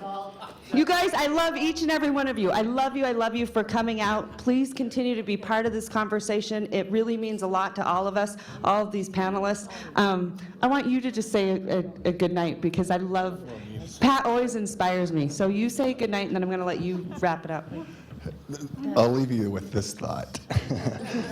No, in all seriousness, since becoming the regional director of Volunteers of America, I've learned so much, and I've been humbled in ways that I can't even tell you. And so my only thing that I ask is what I've learned about being at the shelters is what these people have been through in their lives, what they've experienced in their lives. Not just recently, but most of them dealt the worst hand of cards from the minute they were born. And so I ask all of you, as you go out there tonight and you see a homeless person, try not to judge them, because everybody's got a story. Everybody has a story. And so that's all I ask, is when you're out there and you're looking at people and you see them homeless and they're doing things that maybe you don't like, or they're begging for money, you have no idea what they've been through in their lives. So that's all I ask, is please don't judge.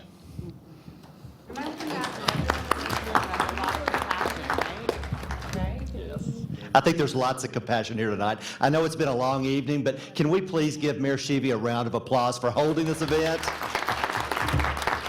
We really appreciate her passion and dedication to this cause. Behavioral Health Care Options has some refreshments outside, so we thank them for bringing those, and everyone have a great evening. Thank you. I'm going to be at work. You'll find me out.